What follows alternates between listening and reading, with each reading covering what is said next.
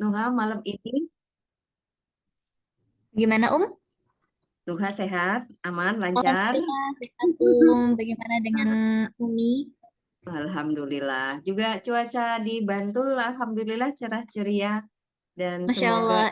membuat wifi kita lancar ya. Amin. Amin ya rabbal Amin. alamin. Ya, betul Baik, terima sekali. kasih. Tadi sore sempat hujan Hujan besar deras. ya. Iya. Betul. Ya, terima kasih Alhamdulillah ini Nuha malam sudah lumayan mendukung sudah sekali. lancar. Masya Allah. Malam minggu pula ya. Teman-teman yang belum on cam boleh langsung on cam ya. Kita akan menyapa pembicara kita. Silakan Umi. Oke, baik. Terima kasih Nuha sudah menemani Umi malam ini eh, untuk kita sesi sharing. Umi mau menyapa dulu teman-teman yang sudah hadir. Assalamualaikum warahmatullahi wabarakatuh. Ya, mudah-mudahan semuanya berada dalam kondisi yang sehat walafiat, dimudahkan, dilancarkan semua urusan dan dalam kondisi yang berbahagia. Masya Allah, Alhamdulillahirabbil alamin, wassalatu wassalamu ala asrafil anbiya wal mursalin, Sayyidina wa Maulana Muhammadin wa ala alihi wa sahbihi ajma'in. Asyhadu an la ilaha illallah wahdahu la syarikalah wa asyhadu anna Muhammadan abduhu wa rasuluh la nabi. Robbi shrahli sadri wa yassir li amri wahlul 'uqdatam min lisani yafqahu qawli. Robbi zidni ilma warzuqni. Amin ya rabbal alamin. Masya Allah, bahagia sekali rasanya Umi diberikan kesempatan kita bisa berkumpul pada malam hari ini, di mana ini adalah momen yang spesial. Tinggal menghitung hari, kita akan meninggalkan 2024 yang Masya Allah pasti punya banyak sekali kenangan gitu ya, yang tidak akan bisa kita lupakan. Dan beberapa hari lagi kita akan menapaki tahun yang baru, tahun 2025, dengan pasti kita membawa sebuncah harapan agar kehidupan kita di masa yang akan datang, di tahun baru yang akan segera datang, jauh lebih baik daripada kehidupan kita saat ini di tahun sebelum. Amin ya Rabbal Alamin. Oke,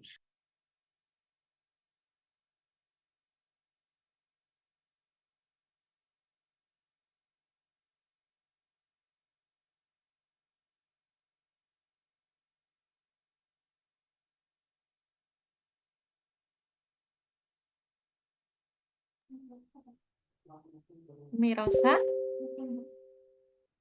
Assalamualaikum. Hilang ya? Oh ya, tapi masih ada Mbak ini em, sudah ada Oh iya. sepertinya baru ya. oke. Nah, yang bantu share screen siapa? Oke, terima kasih Mbak Mira. Ya, judul dari webinar kita, tema dari sharing kita pada malam hari ini adalah tutup luka buka dunia. Di caption layar publikasi, di situ disebutkan bahwa ini ya Umi bacakan ya. Tutup luka buka dunia. Luka adalah benci. Benci adalah amarah. Amarah adalah api. Api adalah membakar. Membakar menjadi debu. Cinta adalah air. Air adalah hidup. Hidup adalah damai. Dengan damai maka ia bisa tumbuh. 2024 tinggal menghitung hari. 2025 akan datang menanti.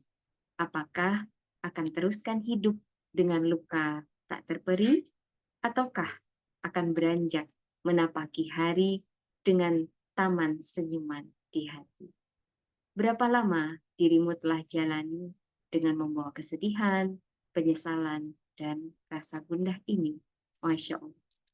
Oke, sekarang Umi pengen teman-teman semua menyepakati bahwa luka dengan segenap rasa sakitnya akan pelan-pelan kita tinggalkan di tahun 2024. Setuju? Yang setuju ketik angka 1 di kolom chat. Setuju? Kalau luka akan kita tinggalkan beserta rasa sakitnya di 2024, dan 2025 kita akan melangkah dengan penuh semangat, dengan penuh keyakinan, dengan penuh kasih sayang untuk diri kita dan orang-orang yang pernah menyakiti kita. Oh, Masya Allah. Semuanya jawab satu. Ya iyalah harus satu jawabannya ya. Kalau jawabannya enggak satu ya gimana gitu ya. Oh berarti menikmati luka ini ya. Oke, Masya Allah, Alhamdulillah. Oke, berarti semua semangat. Baik. Ya, next slide. Tutup luka, buka dunia. Nah, saat kita terluka, saat seseorang itu terluka, perasaannya kayak nggak bisa, kayak stagnan gitu ya, menjalani hidup. Ya, jadi dunia terasa menjadi gelap gitu ya. Apakah karena luka kekerasan, luka penolakan, luka pengabaian, luka kepercayaan. Yang mana luka-luka batin itu berdampak kepada mental kita, fisik kita, dan kesehatan kita. Benar nggak? Nah, teman-teman sudah tahu apa itu luka kekerasan, luka penolakan, luka pengabaian, luka kepercayaan. Nah, Umi ulas sedikit ya. Luka kekerasan berarti luka yang muncul akibat kita sering diperlakukan dengan kekerasan oleh terutama orang yang harusnya melindungi kita, harusnya menyayangi kita. Apakah itu dari orang tua, dari guru, dari pengasuh, dan lain sebagainya. Baik itu luka kekerasan yang sifatnya verbal ataupun fisik gitu. Tapi memang yang lebih susah sembuh, yang efek sakitnya itu kerasa lama, itu luka karena kekerasan verbal. Iya enggak? Karena kayak masih terngiang-ngiang gitu ya, dikata-katain kasar, dihina-hina, direndahkan, itu kayak masih terngiang-ngiang. Kalau luka fisik ya ada yang bekasnya bisa hilang gitu ya, misalnya waktu kecil ketika kita melakukan kesalahan, terus kita selalu dipukul, dicubit, dijambak gitu ya, mungkin bekasnya bisa hilang. Gitu ya. Tapi kalau lukanya itu adalah luka kekerasan verbal, rasanya itu sulit untuk melepaskan diri dari apa ya, dari kata-kata yang sudah diucapkan kepada kita. Nah, maka kemudian menjadi luka kekerasan. Kemudian yang kedua luka penolakan. Luka penolakan itu muncul karena ditolak. Ya, ditolak artinya tidak diinginkan keberadaannya. Ya, ditolak bisa jadi karena mungkin contohnya eh, orang tua kita misalnya menginginkan anak laki-laki, yang lahir adalah anak perempuan gitu ya. Atau luka penolakan karena kita tidak bisa memenuhi ekspektasi orang tua. Ya, misalnya kakak-kakaknya pinter-pinter, juara kelas, sekolah di sekolah favorit, sementara mungkin misalnya eh, kita tidak sepintar kakak-kakak kita, tidak bisa memenuhi ekspektasi dan harapan orang tua, sehingga orang tua akhirnya jadi dalam tanda kutip enggan untuk mengakui kita, mengakui keberadaan kita. Nah, maka dari situ lahirlah luka penolakan. Kemudian yang ketiga, luka pengabaian. Ada dan tiadanya itu tidak ada beda gitu ya. Jadi diabaikan, dicuekin. Bisa jadi karena kesibukan orang tua atau bisa jadi karena eh, anaknya banyak sehingga tidak teropeni, tidak terperhatikan satu persatu, dan biasanya luka pengabaian juga muncul dalam kasus anak pertama dan anak kedua. Jadi misalnya begini, biasanya orang tua suka bilang kalau adik berantem sama kakak, siapa yang disuruh pergi? Atau kata-kata apa yang biasanya diucapkan oleh orang tua? Kakak, jangan ganggu adik, dah kakak main sana, gitu kan ya. Nah, ini berarti bisa menjadi bibit-bibit luka pengabaian. Ya, orang tua terlalu sibuk ngurusin adik sehingga si kakak terabaikan. Atau misalnya di dalam satu keluarga ada anak yang menderita sakit. Nah, sehingga orang tua akhirnya terforsir, terfokus untuk memperhatikan yang sakit. Sehingga anak-anak yang sehat jadi seakan-akan kamu tuh sehat, kamu tuh bisa sendiri, ya udah sana sendiri gitu. Sehingga bisa memunculkan luka pengabaian. Dan yang terakhir luka kepercayaan, ya, sering di PHP, sering dijanji-janjiin. Bu, kapan beli mainan? Ya, nanti kalau ibu udah punya duit, udah punya uang. Ketika anak ngelihat ibunya dapat arisan gitu ya. Bu, ayo kapan kita beli sepeda baru? Ah, nantilah, ibu masih masih masih uangnya masih perlu gitu ya. Nah, jadi dijanji-janjiin terus. Nah, akhirnya muncul luka kepercayaan atau melihat kondisi orang tua yang tidak seperti bayangan yang ideal gitu ya. Misalnya dalam kasus ayah yang berselingkuh, Nah, itu biasanya memunculkan luka kepercayaan. Harusnya seorang laki-laki, seorang suami setia kepada istri, tapi anak melihat kenyataan bahwa kok bapakku sama perempuan lain, gitu. Di mana komitmen rumah tangga yang harusnya mereka bangun bersama. Nah, itu akhirnya mengusik ya hati nurani seorang anak dan menimbulkan luka kepercayaan. Nah, sedemikian. Jadi luka kekerasan, luka penolakan, luka pengabaian, dan luka kepercayaan. Nah, teman-teman bisa mengidentifikasi kira-kira jenis luka batin apa yang dialami. Nah, kemudian luka batin ini pasti akan berdampak pada mental, fisik, dan kesehatan. Yang paling sering dikeluhkan pada misalnya ya kasus-kasus yang masuk ke RRT, itu biasanya luka batin itu berdampak kepada selain pada mental terutama ya, berdampak pada kesehatan. Nah, jadi nanti muncul gangguan-gangguan psikosomatis ya, seperti migrain, eksim, GERD, dan lain sebagainya. Artinya sesuatu yang direpress, sesuatu yang ditekan, luka batin yang seolah-olah tidak dirasakan gitu ya, tapi akhirnya muncul dalam bentuk gangguan fisiologis. Oleh karena itu, maka Umi challenge teman-teman semua, silakan ditulis di kolom chat, silakan diidentifikasi jenis luka batin masing-masing dan dampaknya seperti apa. Oh ya, biasanya dampak seseorang itu punya luka batin atau tidak itu terlihat dari bagaimana orang tersebut merespon masalah gitu. Jadi kalau dia punya luka batin itu ketika dia merespon masalah atau ketika dia berperilaku ketika dia bermasalah itu biasanya eh, out of control, nggak terkontrol. Misalnya marahnya itu sampai marah yang wow luar biasa gitu ya. Bahkan sampai melakukan tindakan-tindakan yang mungkin menyakiti diri sendiri ya, atau mulai kepikiran untuk mengakhiri hidup ya, atau misalnya marah ke orang lain gitu ya, atau misalnya kita sebagai ibu marah ke anak itu marahnya benar-benar luar biasa ya, atau melakukan perilaku-perilaku yang kemudian membuat kita berpikir ulang gitu, kok bisa ya saya melakukan hal ini. Nah, itu bisa menjadi tanda-tanda ada sesuatu yang tidak beres di dalam diri kita yang bisa jadi itu berawal dari adanya luka yang belum terselesaikan. Oke. Monggo silahkan ditulis di kolom chat jenis luka. Ya, kita kasih nomor aja ya, luka kekerasan nomor 1, penolakan nomor 2, pengabaian nomor 3, luka kepercayaan nomor 4, dan dampak yang paling terasa bagi teman-teman yang ada di sini. Oke, kita lanjut next slide. Ya, oke, slide berikutnya. Nah, ini dia. Efek domino luka batin. Jadi, seseorang yang terluka itu cenderung akan melukai. Terlepas dari hal itu disadari atau tidak disadari, sengaja atau tidak sengaja. Jadi ibaratnya orang-orang yang terluka itu seperti banteng yang terluka. Nah, kalau banteng yang terluka itu kan ketika dia lari itu ya nyeruduk sana, nyeruduk sini gitu ya. Jadi banteng yang terluka itu nyeruduk ke sana kemari sampai merusak segala sesuatunya, sampai melukai ya orang-orang yang ada di sekitarnya.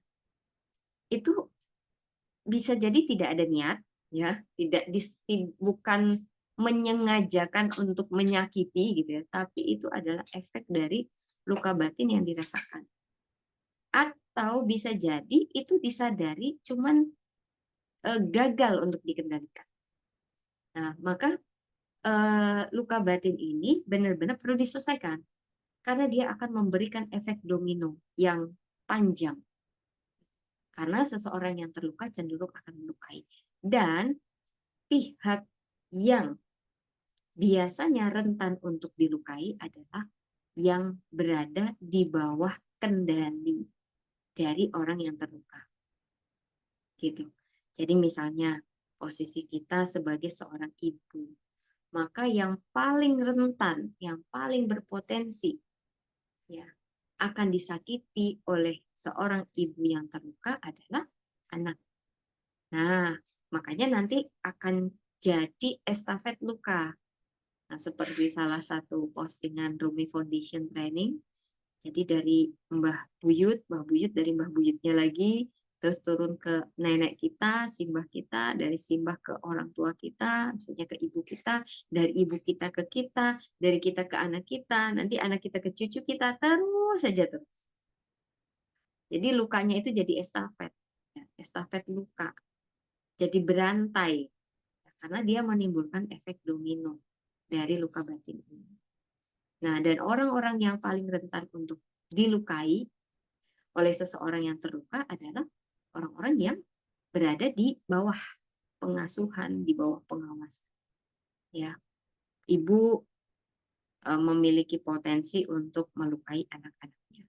Seorang istri memiliki potensi untuk melukai suaminya. Ya, kalau posisi suaminya tidak mendominasi, maka ini akan berpotensi untuk melukai. Atau bisa jadi atasan akan melukai bawahan, atau proses melukainya ini terjadi dalam ruang lingkup pertemanan, dalam ruang lingkup pergaulan gitu. Yang artinya adalah bahwa seseorang yang terluka akan cenderung melukai. Jadi, kalau misalnya ada orang-orang yang menyakiti kita, maka perlu kita pikirkan ya. Jadi jangan keburu kesel dulu sama yang bersangkutan gitu ya. Tapi kita perlu menelaah kira-kira kenapa ya kok sebegitunya sih dia menyakiti saya. Gitu ya. Apa yang terjadi pada dia? Maka kemungkinan terbesarnya adalah oh berarti bisa jadi orang itu tengah terluka. Orang itu memiliki sebuah luka yang menyebabkan dia berpotensi untuk melukai. Gitu. Jadi apalagi kalau misalnya luka kekerasan ya, luka kekerasan itu cenderung lebih mudah untuk dilanjutkan, gitu ya. Agresi verbal itu berasal dari luka. Jadi kalau misalnya dibesarkan dengan pola asuh yang agresi verbal, ya dengan kekerasan verbal, maka kecenderungannya akan meneruskan kekerasan verbal itu ke keturunan berikutnya. Biasanya polanya begitu. Nah, oke, teman-teman, silakan ditulis di catatan masing-masing. Kalau misalnya kita pernah terluka dan kita menyadari bahwa kita ada potensi untuk melukai orang lain, maka silakan tulis siapa kira-kira yang berpotensi paling terkena dampak luka batin dan sering disakiti oleh kita. Nah, ini perlu kita sadari karena jangan sampai nanti ini menjadi apa ya, dosa adami gitu ya, dosa antar kita dengan dengan orang lain gitu ya. At least itu anak sendiri. Karena nanti urusannya nanti bisa panjang di akhirat. Maka kita perlu sadari itu agar kita bisa segera memutus mata rantai. Oke, next. Berikutnya. Nah, oleh karena itu, karena kita melihat bahwa ternyata ketika kita terluka, itu dampaknya, efeknya tidak hanya menghancurkan diri kita sendiri, kan, tetapi juga bisa berpotensi untuk menghancurkan orang-orang yang kita sayangi. Ternyata dampak luka itu tidak hanya berhenti di situ saja, gitu ya, tetapi ini akan memberikan dampak jangka panjang, tidak hanya di kehidupan dunia, tapi juga di akhirat nanti, gitu ya. Oleh karena itu, maka saatnya sekarang kita harus memaafkan. Nah, memaafkan itu mudah diucapkan, tapi berat untuk dilakukan. Sepakat nggak? Ya, maaf sih, ya dimaafkan gitu. Tapi kok rasanya tuh masih, sakit gitu ya. Masih, saya tuh udah memaafkan tapi kalau untuk ketemu, kayaknya belum bisa deh. Nah, pertanyaannya itu udah memaafkan apa belum? Gitu ya. Waduh. Nah, maka mari kita pahami apa sih tahapan-tahapan memaafkan. Nah, memaafkan itu sebenarnya ada teori, banyak teori tentang forgiveness. Ini Umi ambil salah satu teori tentang pemaafan. Nah, menurut teori ini, pemaafan itu terdiri dari 4 tahapan. Ya, jadi memang memaafkan itu adalah sebuah proses, gitu ya. Adalah sebuah proses. Yang namanya proses, ya bisa jadi dia akan berjalan dengan cepat, ya, atau bisa jadi dia butuh waktu yang panjang. Nah, tapi ini setidaknya tahap demi tahap proses memaafkan itu terjadi gitu. Nah, apa saja prosesnya, apa saja tahapnya? Yaitu yang pertama, menerima, mengakui, membuka diri. Nah, tahap pertama ini berat. Ya, banyak sekali yang berat untuk mengakui bahwa iya, saya terluka. Berat untuk mengakui bahwa iya, saya sedang tidak baik-baik saja. Mengakui bahwa ya, saya kecewa, saya marah, saya sedih. Gitu. Ya. Jadi proses atau tahapan menerima, mengakui, kemudian membuka diri atas apa yang sudah terjadi di dalam kehidupan kita, atas peristiwa-peristiwa menyakitkan, ini merupakan tahapan yang penting. Gitu. Karena biasanya peristiwa-peristiwa yang menyakitkan yang terjadi dalam kehidupan kita itu secara alamiahnya itu akan cenderung untuk dilupakan. Nggak mau diinget-inget gitu. Udah nggak usah dibahas. Nah, gitu. Nah, kalau ada pernyataan, udah nggak usah dibahas. Itu berarti pintu pertama pemaafannya masih ketutup. Gitu. Padahal untuk bisa memaafkan harus buka dulu nih pintu yang pertama ini. Nah, pintu pertamanya apa? Tadi menerima, mengakui, membuka diri. Menerima bahwa kita terluka, mengakui bahwa kita kecewa, kita sedih, kita marah, dan mengakui bahwa yang menyakiti saya itu adalah dia. Nah, kadang-kadang mengakui siapa yang menyakiti kita itu juga berat. Karena biasanya terjadi konflik batin. Karena orang yang menyakiti biasanya orang yang kita sayangi. Orang yang menyakiti juga kita anggap orang itu menyayangi kita gitu. Jadi kayak ada perasaan tidak tega gitu menuduh orang itu untuk sengaja menyakiti kita. Misalnya proses melukainya terjadi atau dilakukan oleh orang tua atau oleh ibu kita. Bagaimana mungkin kita tega ya mengatakan bahwa ibu sudah menyakiti saya, ibu saya yang menorehkan luka kepada saya. Nah itu kayak ada konflik batin itu, kayak ada perang batin. Nggak boleh, boleh ini tidak boleh. Padahal dengan mengakui, dengan membuka diri itu bukan berarti ketika kita mengakui, menerima bahwa yang menyakiti kita adalah ibu kita. Kata-kata beliaulah yang selalu terngiang-ngiang di dalam pikiran kita, itu bukan berarti kita membenci, bukan. Tapi ini adalah proses, tahapan pertama untuk kita bisa melanjutkan ke tahap proses pemaafan yang berikutnya. Itu yang pertama. Nah, tahapan yang kedua, merenungkan, mempertimbangkan, dan memutuskan. Setelah tadi kita buka pintu pertama, kita lanjut buka pintu yang kedua. Kita renungkan, kita pertimbangkan. Apa sih plus minusnya kalau saya memaafkan sama saya tidak memaafkan? Apa hal yang akan saya peroleh dampaknya kepada saya kalau saya memaafkan? Atau kalau saya tidak memaafkan? Nah, maka pertimbangan-pertimbangan inilah yang akan mempengaruhi keputusan kita untuk memaafkan. Nah, biasanya statementnya itu begini, sampai kapan sih saya akan seperti ini terus? Nah, gitu. Ya, sampai kapan saya akan memendam kemarahan ini? Sampai kapan saya akan membiarkan diri saya terus terjebak di dalam luka ini? Ya udah, berarti saya harus memaafkan. Akhirnya ngambil keputusan untuk memaafkan. Itu pintu kedua. Setelah pintu kedua, ada pintu ketiga. Bukan berarti ketika kita sudah memutuskan untuk memaafkan, semuanya akan lancar jaya. Oh, tentu tidak, gitu ya. Tentu tidak, Ferguson, ya, karena akan ada tantangan berikutnya, yaitu apa? Merencanakan, mengantisipasi, dan melakukan. Kalau tadi kan baru tataran keputusan, ya, di mana keputusan itu harus direalisasikan. Nah, proses merealisasikan itu juga berat, juga penuh tantangan gitu. Oleh karena itu perlu direncanakan dengan matang. Apa nih momen yang akan kita ambil sebagai titik balik kita untuk memaafkan? Kapan itu akan kita lakukan? Kemudian bagaimana kita mengantisipasi respon dari orang yang akan kita maafkan, gitu. Kalau berharapnya kan orang yang menyakiti kita, ketika kita katakan bahwa kita memaafkan mereka, itu kan harapannya orang tersebut menyesal gitu kan ya. Terus kemudian meminta maaf gitu. Tapi ya bisa jadi kemungkinannya tidak sesuai dengan yang diharapkan.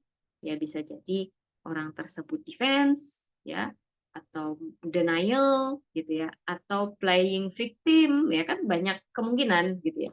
Sehingga bukannya memaafkan malah tambah sebel gitu ya, malah tambah jengkel gitu, malah tambah marah, sudah menyakiti tapi kok nggak mengakui.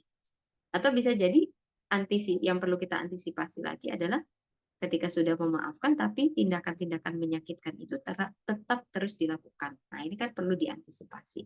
Jangan sampai kita merasa menyesal sudah memaafkan, percuma maafin, tetap aja kayak. Nah, ini kan akhirnya jadi menurunkan motivasi, menghilangkan semangat gitu ya. Nah, oleh karena itu perlu diantisipasi. Kalau sekiranya responnya nanti seperti ini, apa yang akan saya lakukan? Bagaimana saya akan menyikapi? Bagaimana saya akan merespon? Nah, itu juga perlu dipikirkan, perlu dirancang sedemikian rupa. Gitu. Itu pintu yang ketiga. Dan kemudian pintu yang keempat, setelah berhasil mengeksekusi, ya, setelah berhasil memaafkan, mengeksekusi proses pemaafan tadi, maka harus tadi ya, dengan kesiapan atas berbagai konsekuensi yang mungkin akan terjadi gitu. Nah, dan yang keempat adalah memantapkan, menghayati dan mengambil hikmah. Artinya berusaha untuk melihat dari sudut pandang yang lain, berempati terhadap pelaku orang yang pernah menyakiti kita, terkait dengan apa yang menyebabkan dia seperti itu, melakukan hal-hal yang menyakitkan tersebut. Kemudian kita kuatkan lagi bahwa apa yang sudah saya lakukan ini adalah untuk diri saya. Artinya proses pemaafan yang saya lakukan ini adalah untuk kebaikan saya. Karena kan yang nyimpen sampah itu kan kita, ya kan? Ketika kita tidak bongkar sampah itu, tidak kita keluarkan, tidak kita urai, ya dia akan membusuk dan kemudian meracuni diri kita sendiri. Yang rugi ya kita, gitu ya.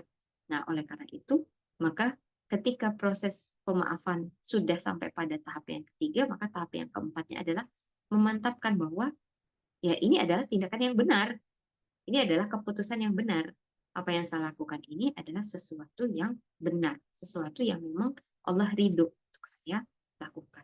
Dan ini menjadi jalan kita untuk membebaskan diri dari perasaan belenggu, perasaan sakit yang selama ini selalu membayangi diri kita dan kehidupan kita. Gitu. Oke, nah teman-teman semua, silakan direnungkan dan silakan ditulis di catatan masing-masing. Sudah sampai tahap mana? Sudah sampai tahap berapa teman-teman berusaha untuk memaafkan? Apakah sudah sampai pada tahap menerima, mengakui, dan membuka diri? Atau sudah sampai di pintu yang kedua, merenungkan, mempertimbangkan, memutuskan, tapi belum jadi dieksekusi, Om. Kenapa? Karena saya ragu. Ibu saya itu mulutnya pedes banget, Om. Kalau saya buka omongan ini, nanti saya tidak bisa mengantisipasi apa yang akan ibu saya katakan. Saya seperti itu ya. Nah, nanti coba ditulis. Terus apakah sudah sampai pada tahap yang ketiga melakukan, atau alhamdulillah sudah berhasil sampai tahap yang keempat. Nah, dan kemudian yang perlu dicatat lagi adalah sudah berapa kali mengulangi proses memaafkan ini. Ingat, proses memaafkan adalah sebuah proses yang harus diulang terus, diperbaharui terus. Maka proses memaafkan nggak cukup hanya dilakukan satu kali. Ya, tidak cukup hanya dilakukan secara lisan, tapi dia harus berwujud ya dalam sebuah tindakan. Nah, maka kalau ditanyakan ya, sebelum ada yang nanya, Umi jawab dulu gitu ya. Apa cirinya kita sudah memaafkan? Nah, gitu ya. Apa cirinya kita sudah memaafkan? Kita sudah ikhlas dengan apa yang sudah terjadi. Nah, maka cirinya adalah bagaimana kita memperlakukan orang yang pernah menyakiti kita. Gitu. Pertama, apakah sudah terbentuk empati? kepada orang tersebut.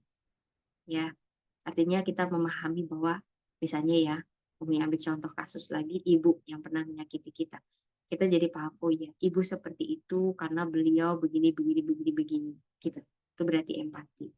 Kemudian yang kedua, eh, semakin berkurang keinginan untuk membalas, ya, atau semakin berkurang keinginan untuk menjauhi, gitu.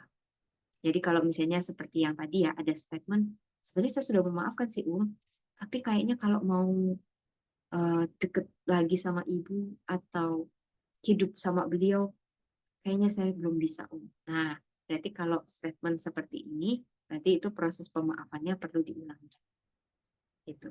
Karena kalau memang sudah memaafkan, maka salah satu indikatornya adalah kesediaan untuk mau bekerja sama, berinteraksi dengan orang yang pernah menyakiti kita. Nah, gitu.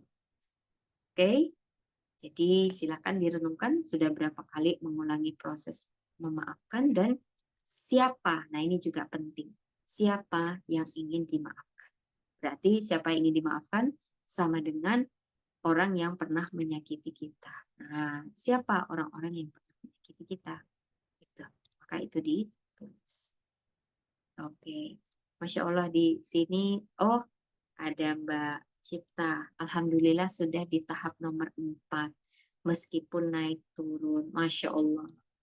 Saya pasien psikolog 3 tahun terakhir dan alumni pasien psikiater. Masya Allah. Ya mudah-mudahan semua ikhtiar yang Mbak Cipta lakukan semuanya dilihat Allah, dinilai Allah, dijadikan amal pahala dan menjadi wasilah kemudahan, datangnya kemudahan dan pertolongan dari Allah. Amin ya Rabbal Alamin. Semangat. Meskipun naik turun, oke, nggak apa-apa, nggak masalah naik turun, tapi pastikan grafiknya terus naik. Sip? Oke, Masya Allah, tabarakallah. Oke, kita lanjut. Nah, ternyata proses pemaafan itu cukup rumit ya, dan perlu diulang-ulang. Dan perlu dikawal, nah, perlu terus-menerus dikawal. Nah, sekarang mari kita renungkan. Bila luka batin ini terjadi hanya pada 1, 2, atau sedikit orang, maka ini akan menjadi kasus yang sifatnya itu individualistik. Ya. Namun, bila luka batin ini semakin banyak dialami, maka perlu kita cari tahu lebih jauh akar penyebab mengapa seseorang itu tega menyakiti orang lain yang dia sayang. Orang yang seharusnya dijaga malah disakiti. Orang yang seharusnya dilindungi malah disakiti, gitu kan ya. Malah dibuat tidak nyaman. Oke, next. Nah, dan pertanyaan berikutnya, renungan kita berikutnya, apa yang menyebabkan mata rantai luka batin ini sulit untuk diputus? Nah, maka teman-teman semua, Umi ingin mengajak teman-teman untuk naik ke atas ya. Kita helikopter view ya, melihat dari atas. Biasanya kaitannya dengan pembahasan luka dan melukai, itu mindset yang ada itu kan saya korban ya, dan ada pihak yang menyakiti saya, yang menjadi pelaku, kan gitu. Dua pihak kan ya. Saya korban, dia pelaku. Saya yang disakiti, dia yang menyakiti, gitu kan ya. Nah, sekarang mari kita buka lagi cakrawala kita lebih luas. Ya. Kita akan melihat dari atas secara menyeluruh apa yang terjadi pada orang itu, pada pelaku, sampai dia tega melakukan itu terhadap saya. Karena dengan kita melihat lebih jauh, melihat dari kacamata lebih luas, ya, dengan helikopter view tadi kita akan lebih bisa menumbuhkan empati, menghayati mengapa dia melakukan hal tersebut. Karena kenapa mata rantai luka batin ini sulit diputus ya karena memang ada sesuatu yang menyuburkan. Nah, yang menyuburkan ini yang harus kita kulik lebih dalam. Oke, next berikutnya. Misalnya ya, ketika ada luka kekerasan. Hal yang pertama harus kita renungkan itu adalah kenapa, kehidupan seperti apa, atau apa yang sudah dialami oleh orang tersebut, ya, oleh dia, sehingga dia juga jadi begitu tega untuk menyakiti saya. Nah, maka ada banyak kemungkinan. Ya, misalnya bisa jadi orang tersebut hidup dalam sebuah dunia yang dibentuk oleh prinsip persaingan, ya, siapa kuat dia menang, segala sesuatu harus dilawan, karena kalau tidak dilawan maka saya akan kalah, gitu ya. Terbentuk oleh kerasnya kehidupan, terbentuk oleh apa ya, iklim persaingan hidup yang sedemikian keras, gitu. Sehingga membentuk karakter orang tersebut menjadi seperti itu, gitu. Artinya apa? Artinya tidak murni semata-mata berasal berawal dari individu yang bersangkutan, gitu. Akan tetapi individu ini terbentuk oleh sesuatu yang lain, bukan hanya pola asuh yang diturunkan dari orang tua lagi, gitu ya. Akan tetapi ada yang lebih lagi melingkupi selain dari pola asuh. Jadi bisa jadi yaitu tadi, karena terbentuk oleh kehidupan dengan prinsip-prinsip seperti yang ada di sini. Gitu. Atau contoh lain, misalnya luka penolakan, luka pengabaian. Ya, maka kita harus bertanya, kita harus merenung, apa yang membuat orang tuaku mengabaikan, apa yang membuat orang tuaku menolak. Nah, dari hasil tracing dari luka-luka yang ada, itu Umi menemukan, tim RFT menemukan bahwa ternyata ada satu faktor yang cukup mendominasi, yaitu faktor ekonomi. Ya, faktor sulitnya menjalani kehidupan. Ya, kalau faktor sulitnya menjalani kehidupan seperti faktor kemiskinan, faktor keterbatasan kehidupan, ya, keterbatasan penghasilan, itu kalau dalam teori psikologi akan menimbulkan frustrasi. Frustrasi akan menimbulkan agresi. Frustrasi akan menimbulkan pengabaian. Ya, frustrasi kan temennya putus asa. Yang namanya putus asa itu kan dia gitu kan ya. Jadi akhirnya masuk akal gitu. Ditolak, diabaikan, itu menjadi masuk ke dalam pola penyelesaian dari rumitnya masalah kehidupan yang terjadi. Nah, belum lagi dengan materialisme, apa-apa dipandang dari sisi uang, hedonisme, mencari kesenangan. Ya, misalnya luka pengabaian gitu ya. Kenapa kok diabaikan? Karena bisa jadi orang tua punya apa ya, terbawa dengan arus hedonisme. Ya udah, mikirin diri sendiri aja. Akhirnya jadi egois gitu kan ya. Bisa jadi bukan maksud mereka, mungkin bukan maksud mereka untuk menjadi seperti itu, tapi lingkungan, kehidupan dunia ini yang membuat mereka menjadi seperti itu. Atau contoh lain, misalnya luka kepercayaan. Ya, yang seperti tadi Umi contohkan karena kasus perselingkuhan gitu.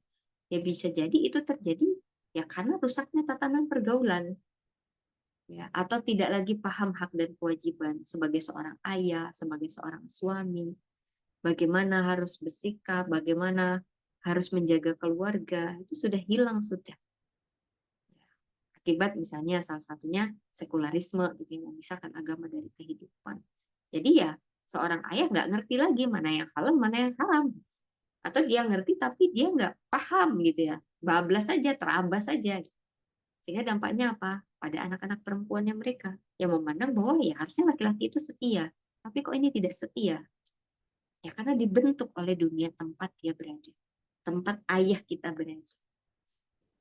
Atau bisa juga karena hilangnya rasa syukur, gitu ya, sehingga akhirnya nggak puas dengan apa yang ada. Oke, Nah, jadi hayati kehidupan seperti apa yang telah dijalani oleh orang tuaku sehingga mereka bisa bersikap sebegitu menyakitkan terhadap. Jadi kalau kita tadi kembali melihat helikopter view, bahwa seakan-akan coba teman-teman pejamkan mata dan bayangkan orang tua kita berada dalam sebuah balon, ya, berada dalam sebuah balon yang melingkupi mereka. Akhirnya pengaruh-pengaruh dari balon itu masuk ke dalam diri orang tua kita, masuk ke dalam diri orang-orang yang pernah menyakiti kita, dan itulah yang kemudian menjadi dorongan bagi mereka untuk menyakiti kita. Jadi kembali, ini bukan ternyata urusan luka melukai ini bukan hanya antara kita sebagai korban dengan orang, dengan pelaku yang menyakiti kita, tapi ada selaput lain ya yang lebih besar dari pelaku. Yaitu apa? Ya dunia yang ada. Gitu. Jadi tadi Umi sempat dengar Nuha bilang dunia yang memproduksi luka gitu ya. Nah, dunia macam apa ini yang memproduksi luka? Harusnya dunia itu sebagai tempat untuk hidup yang nyaman gitu kan ya, sebagai tempat hidup damai, tapi kok dunia ini sebagai tempat hidup yang menyakitkan. Oleh karena itu, next, terakhir dari Umi, saatnya untuk menutup luka, buka dunia. Saatnya untuk kita mewujudkan dunia yang lebih baik. Dunia yang jauh lebih damai, jauh dipenuhi kasih sayang, dunia yang menghargai fitrah anak-anak dan membuatnya tumbuh. Dan itu dimulai dari kita. Oke, demikian pengantar dari Umi. Mudah-mudahan ini bisa menjadi insight bagi kita semua untuk tidak lagi terlalu fokus memposisikan dua pihak. Saya korban, dia pelaku. Ya, sekarang kita urai bahwa ada selaput besar yang melingkupi pelaku yang pernah menyakiti kita, yang itu berasal dari apa yang terjadi di dunia. Oke, baik teman-teman. Umi kembalikan kepada Nuha. Silakan Nuha. Wah, Masya Allah, Barakallahu Fikum, Umi Rosa atas pemaparan materi yang sangat luar biasa, membuka pikiran kita, yang mungkin selama ini ketika kita memiliki sebuah luka, kita selalu pada posisi korban, ya, atau mungkin orang lain adalah pelaku. Padahal hakikatnya kita semua adalah bisa dijadikan pembelajaran, yang dimana kita jika kita mampu memproses berbagai macam hal yang terjadi dalam kehidupan kita bisa akan sampai di titik mengambil hikmahnya, sehingga kita tidak mudah dikendalikan lagi oleh apa-apa yang dunia lakukan untuk kita.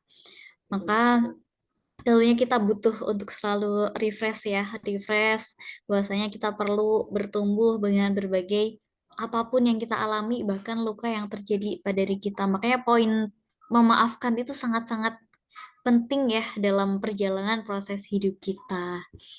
Nah, alhamdulillah teman-teman, untuk tanya jawab nanti kita sambungkan setelah Coach Umira menyampaikan pemaparan materi ya, biar nanti diselesaikan dulu pembicara menyampaikan pemaparan materinya, kemudian nanti kita sambungkan berdasarkan waktu sisa yang ada ini sebentar lagi jam 9, semoga nanti Coach Umira meridhoi waktu yang kita tambah ini kayak sepertinya tidak mungkin 10 menit gitu ya. Ya, nanti silahkan teman-teman yang masih berkemungkinan untuk on cam, boleh banget biar bisa interaktif, bisa saling sapa bersama teman-teman yang lainnya dan pembicara kita yang alhamdulillah bisa mau memberikan kesempatannya untuk menyampaikan ilmu-ilmu yang akan disampaikan pada malam hari ini. Baiklah, untuk selanjutnya kita langsung saja panggil coach kita, trainer kita dari Romi Foundation Training yang akan bersamai kita menjadi pembicara yang kedua setelah Umi Rosa yang nanti akan meneruskan ya bagaimana kita menghadapi sebuah luka dan bisa menjadikannya jalan yang lebih terang lagi ke depannya, sehingga luka itu bukan lagi sesuatu hal yang melukai, tetapi justru menjadi teman untuk kita bertumbuh. Baik, kepada Coach Umira, waktu dan ruang Zoom, saya persilahkan untuk Coach Umira. Baik, Bismillahirrahmanirrahim. Assalamualaikum warahmatullahi wabarakatuh. Waalaikumsalam warahmatullahi wabarakatuh. Rabbi shrahli sadri wa yassirli amri wahlul 'uqdatam min lisani yafqahu qawli. Amin amin ya rabbal alamin. Alhamdulillah, terima kasih Mbak Nuha sudah mempersilahkan waktunya. Salam kenal teman-teman semuanya. Ada beberapa di sini yang sudah pernah ketemu dan sudah pernah berinteraksi ya. Ada Rina, kemudian Rere. Assalamualaikum Rere. Kemudian ada sahabat saya dari Papua, jauh-jauh dari Papua. Sekarang berarti di Papua sudah 10:30 ya Mbak Erli ya. Assalamualaikum Mbak Erli. Kemudian ada juga Mbak Yulia. Dan masih banyak lagi. Salam kenal buat teman-teman yang belum pernah bertemu. Nama saya Umi Rahayu, biasa dipanggil Umira. Alhamdulillah di di RFT diamanai sebagai coach, self healing coach ya. Kemudian juga sebagai konselor dan juga trainer. Oke, alhamdulillah tema kita kali ini adalah tentang menutup luka, membuka dunia. Ini momennya sangat pas banget. Karena apa? Karena 2024 tinggal menghitung hari ya. Kemudian 2025 itu sudah di depan mata gitu. Biasanya di awal tahun, di akhir tahun dan awal tahun, kita itu selalu disibukkan dengan membuat resolusi. Ya enggak? Kita disibukkan dengan membuat resolusi gitu. Udah ditulis panjang banget kayak gitu ya. Nah, sehingga memang em, akhir tahun dan awal tahun ini adalah langkah awal kita untuk menjadi atau menemukan diri kita yang baru gitu. Menyambung apa yang disampaikan Umi Rosa tadi, bahwa sebenarnya luka itu ditentukan oleh dunia. Maksudnya dunia seperti apa sih yang menciptakan orang-orang yang penuh luka gitu. Sebelum lebih jauh membahas ke sana, aku mau tahu dong, aku mau berinteraksi dengan teman-teman. Kalau tadi kita sudah mendengarkan Umi Rosa ya, karena sudah banyak mendengarkan, aku mau teman-teman speak up ya. Aku mau teman-teman berbicara. Ada nggak sih luka yang menurut teman-teman itu masih terasa gitu? Ada nggak sih perlakuan orang lain atau seseorang yang menurut teman-teman itu tuh bener-bener ini udah di luar batas banget dan bener-bener ngeganggu banget gitu. Kalau misalnya ada, pelakunya siapa, kemudian atau orang yang terlibat itu siapa, dan kemudian udah itu aja. Ada yang terlibat siapa, kayak gitu. Gitu ya. Boleh silakan dituliskan di kolom chat. Ini kata Mbak Jumita Sari betul. Yang mana yang betul, Mbak? Oke, masih keluarga sendiri. Oke, terus. Ini kata Mbak Afifah ya. Mbak Cipta orang tua. Oke. Next.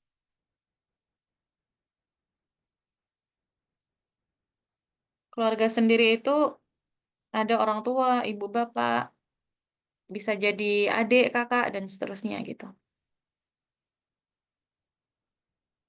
Mungkin yang sudah menikah itu pasangan gitu ya, dan lain sebagainya. Kata Mbak Upit juga dari orang tua. Oke, keluarga yaitu orang tua. Baik. Terus ada lagi? 1, 2, 3, 4, 5. 5 jawaban berasal dari keluarga yaitu orang tua. Pernah nggak sih teman-teman itu terluka dan menyimpan luka dari orang yang nggak dikenal? Nggak pernah ya? Hampir nggak pernah loh kita itu tuh menyimpan luka sama orang yang baru aja ketemu. Ya kan?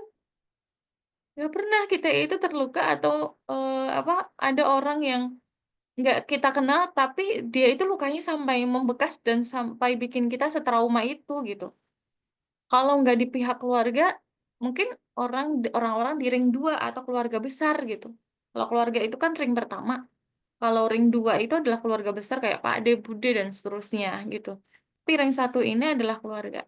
Nah, jadi dari jawaban teman-teman dan beberapa klien kami di RFT, memang sebenarnya potensi terbesar luka itu adalah berasal dari keluarga. Ini kata Mbak Sani Arifah, atasan kerja. Ini kalau misalnya kita telusuri lagi ya Mbak ya, kalau misalnya kita bedah lagi, sebenarnya atasan kerja Mbak Sani itu juga memiliki apa ya, tangki sampahnya. Jadi tangki jiwanya itu bisa jadi dia berisi sampah gitu. Yang bisa jadi dia berasal dari keluarganya sendiri. Kan heart people. Orang yang terluka, dia akan cenderung melukai orang yang lainnya, gitu. Nah, jadi gitu. Memang potensi terbesar luka itu berasal dari keluarga. Kalau misalnya kita tidak terluka, maka besar kemungkinan kita juga melukai orang lain. Dan ini jauh lebih berbahaya. Ketika apa? Ketika pelaku lukanya atau pelakunya itu adalah kita sendiri, say. Ya Kak, kalau Umi Rosa tadi kan menjelaskan dari perspektif korban, gitu. Sehingga kita butuh untuk memaafkan. Tapi pernah nggak sih kita itu berpikir, jangan-jangan ada perilaku kita yang melukai orang lain tanpa kita sadar. Itu lebih bahaya lagi. Kita udah nyerocos kayak gitu. Ternyata kata-kata kita, omongan kita itu yang menurut kita biasa aja, ternyata melukai orang lain. Gitu. Ya kan? Jangan-jangan ternyata ucapan kita, tindakan kita melukai orang lain tanpa kita sadari. Kok orang itu tiba-tiba ngejauh ya dari kita gitu. Atau misalnya, yang ini kaitannya sama orang tua. Kan perintah berbakti kepada orang tua, itu kata Allah kan nggak ada syaratnya. Ya nggak sih? Kata Allah itu nggak ada syaratnya. Orang tua kamu harus baik dulu, orang tua kamu harus, apa namanya, dari keluarga cemara dulu, baru kamu berbakti gitu kan. Kata Allah nggak kayak gitu. Cukup berbaktilah dan jangan kamu berkata ah, gitu kan? Nah, biasanya ketika kita itu ada luka dengan orang tua, maka kita berbakti kepada orang tua itu seperti ada tembok batasan. Gitu ya. Mau ulangi lagi, ketika kita itu merasa terluka, merasa ada perilaku orang tua yang menurut kita nggak pas dengan diri kita, biasanya kemudian kita membangun tembok dengan orang tua. Kita jadi nggak mau ketemu sama orang tua. Gitu, Mbak Mira ada temen juga yang dia itu sampai nggak mau pulang ke rumah. Kira-kira nggak mau ketemu orang tuanya. Gitu. Jadi proses menjalankan perintah untuk berbakti ini tidak berjalan maksimal karena ya ada tembok, nggak tahu yang Mbak Mira gimana ya, ngejelasinnya sulit gitu. Gimana ya mau berbakti sih mau gitu, tapi keinget gimana dulu waktu kecil dipukul, gimana dulu waktu kecil dadah kayak gitu. Nah, jangan-jangan kitanya sendiri malah justru jadi pelaku terhadap orang tua kita sendiri. Itu jauh lebih berbahaya. Nah, oke. Tadi balik lagi Umi Rosa sering banget mengatakan bahwa dunia ini atau tatanan dunia ini sebenarnya sedang menciptakan seseorang untuk menjadi pelaku luka. Bahkan mungkin kita sendiri itu pun juga nauzubillah min dzalik, menjadi pelakunya gitu. Kalau kita menjadi korbannya mungkin kita bisa playing victim gitu ya. Tapi kalau kita menjadi pelakunya itu kan gimana coba? Gimana kalau misalnya kita itu jadi pelakunya gitu? Gimana kalau misalnya kita itu malah justru yang melukai orang tua? Gimana kalau malah justru kadang marahnya kita kepada orang tua itu pelariannya itu marah kepada orang lain, anak-anak kita. Dan kemarahan kita itu terkadang atau apa ya, kemarahan kita yang kemudian itu tuh sebenarnya masuk ke dalam pikiran bawah sadar kita. Jadi ada loh orang-orang itu tuh yang dia marah-marah, dia mohon maaf sampai mukul, sampai nendang, tapi dia nggak sadar. Itu itu hal yang biasa, karena biasa ngelihat, kejadian itu, ngelihat peristiwa itu, ngelihat orang tua biasa melakukan itu, dia melakukan itu nggak sadar. Dan dia memperlakukan pasangannya dengan cara yang seperti itu. Jadi kalau ada love language itu 5 yang udah ketemu ya, yang keenam tuh ada, apa tuh namanya, eee, kekerasan fisik tuh apa sih? Physical attack, serangan terhadap fisik. Jadi ya physical attack itu kayak jadi bahasa cinta sehari-hari gitu, pasangannya udah babak belur, dia ngerasa biasa-biasa aja, kayak gitu. Nah, kenapa kenapa sih kita itu kok hidup dalam, dunia yang sebenarnya saat ini menciptakan pelaku untuk menimbulkan luka gitu.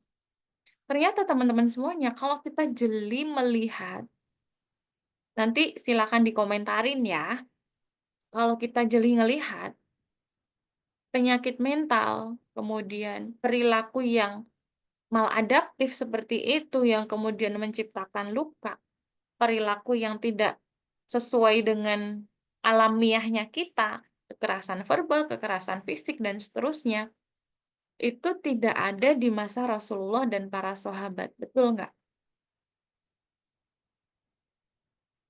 Mbak Umira tuh iseng-iseng searching dan bahkan Mbak Umira punya, sirah nabawiyah gitu ya, kehidupan Rasul dan para sahabat.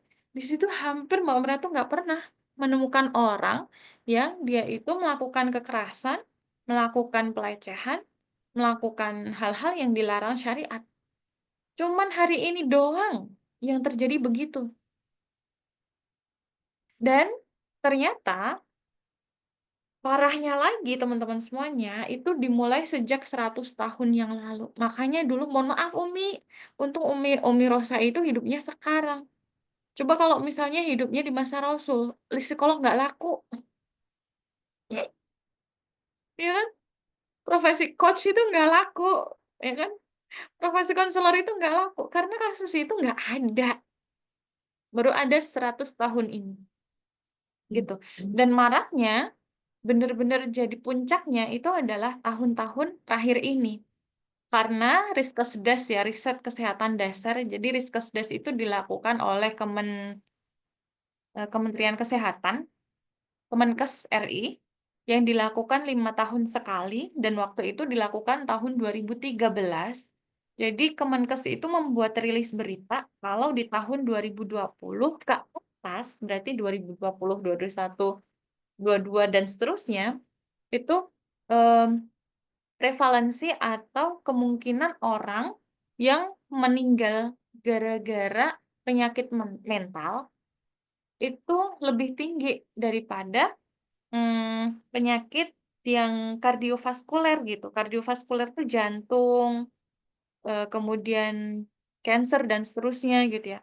Jadi potensi orang meninggal karena penyakit mental itu lebih banyak dan bahkan menempati urutan kedua atau pertama gitu. Yang pertama itu jantung, yang kedua itu karena depresi dan seterusnya itu. Jadi, Kemenkes aja udah merilis berita itu gitu.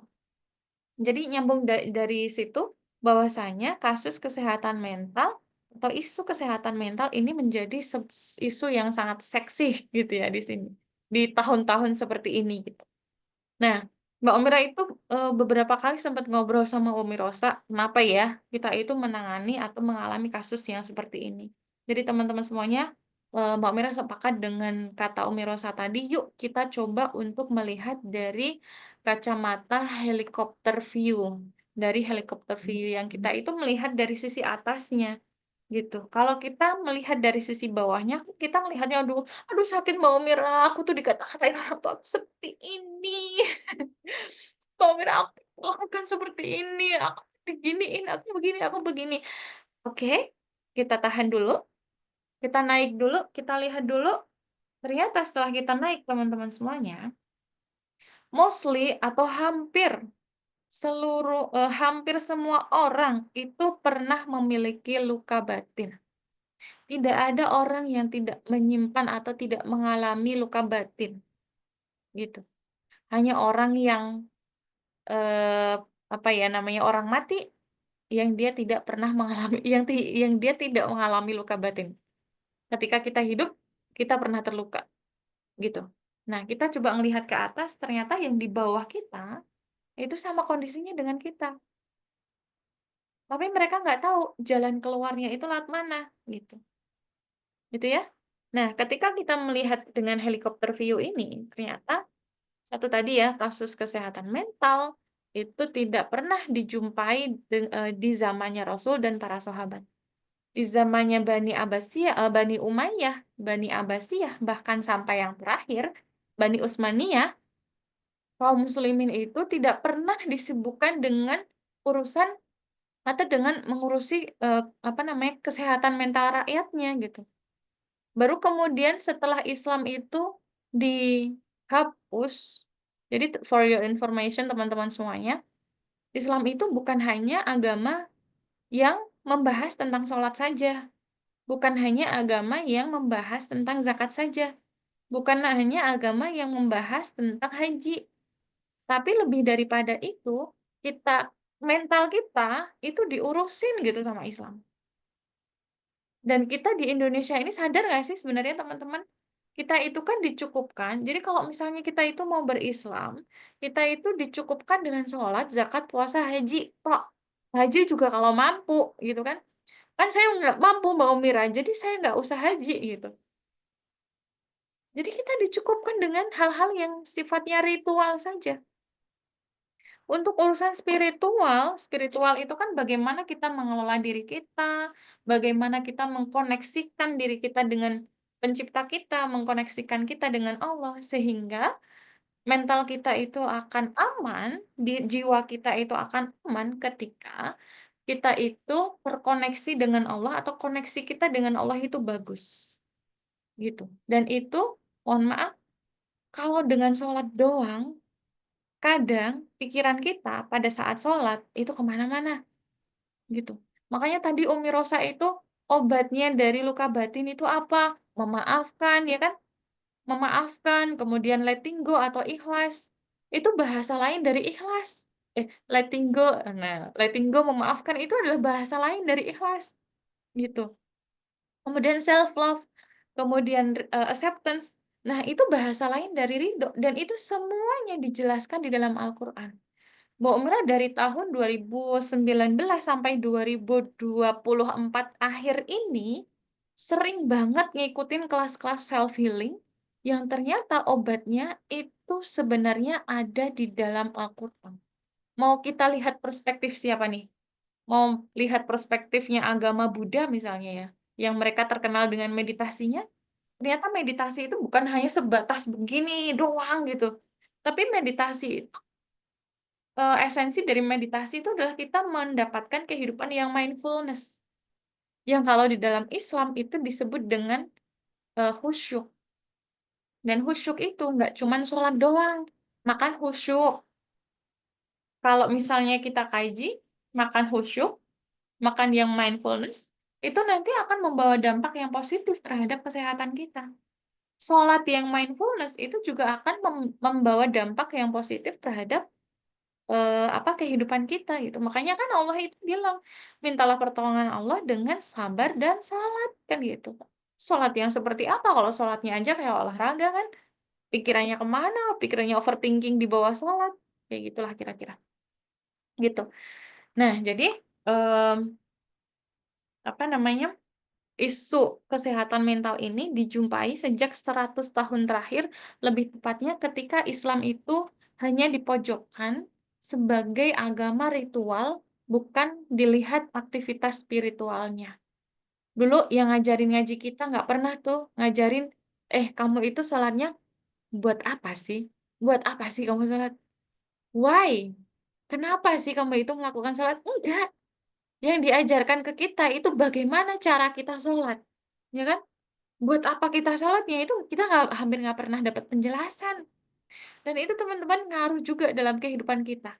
Jadi caranya gimana? Cara sholat, cara wudhu, cara puasa, cara lalalala kayak gitu. Cara beribadah secara ritual itu bagaimana? Dan Mbak Umira itu sering banget kalau misalnya dapat DM gitu ya, mohon maaf kalau teman-teman itu nge-DM Mbak Umira, nanyain gimana caranya kita itu bisa sembuh dari luka batin, nggak bakalan Mbak Umira jawab. Tapi kalau pertanyaannya adalah why Mbak Umira, kenapa saya harus sembuh dari luka batin? Oh, udah itu. Seksi banget tuh. Gitu. Jadi kita hampir nggak pernah ngejawab why. Hampir nggak pernah ngejawab kenapa sih Mbak Umira kita itu butuh untuk sembuh dari luka batin kita. Kenapa sih kita itu harus ikutan acaranya Umi Rosa sama Coach Umirah? Buat apa sih? Duduk 2 jam nggak ada manfaatnya, nggak ada benefitnya, cuma ngedengerin Mbak Umi Rosa sama Umi Rosa ngomong gitu kan. Tapi kalau kita itu menemukan why-nya, kita menemukan maknanya, dan makna itulah yang menumbuhkan kita, teman-teman. Jangan-jangan selama ini kita kosong, di bawah tadi kita itu kosong karena kita nggak nemu why. Kita nggak nemu lesson kenapa sih kita itu hidup di dunia, gitu.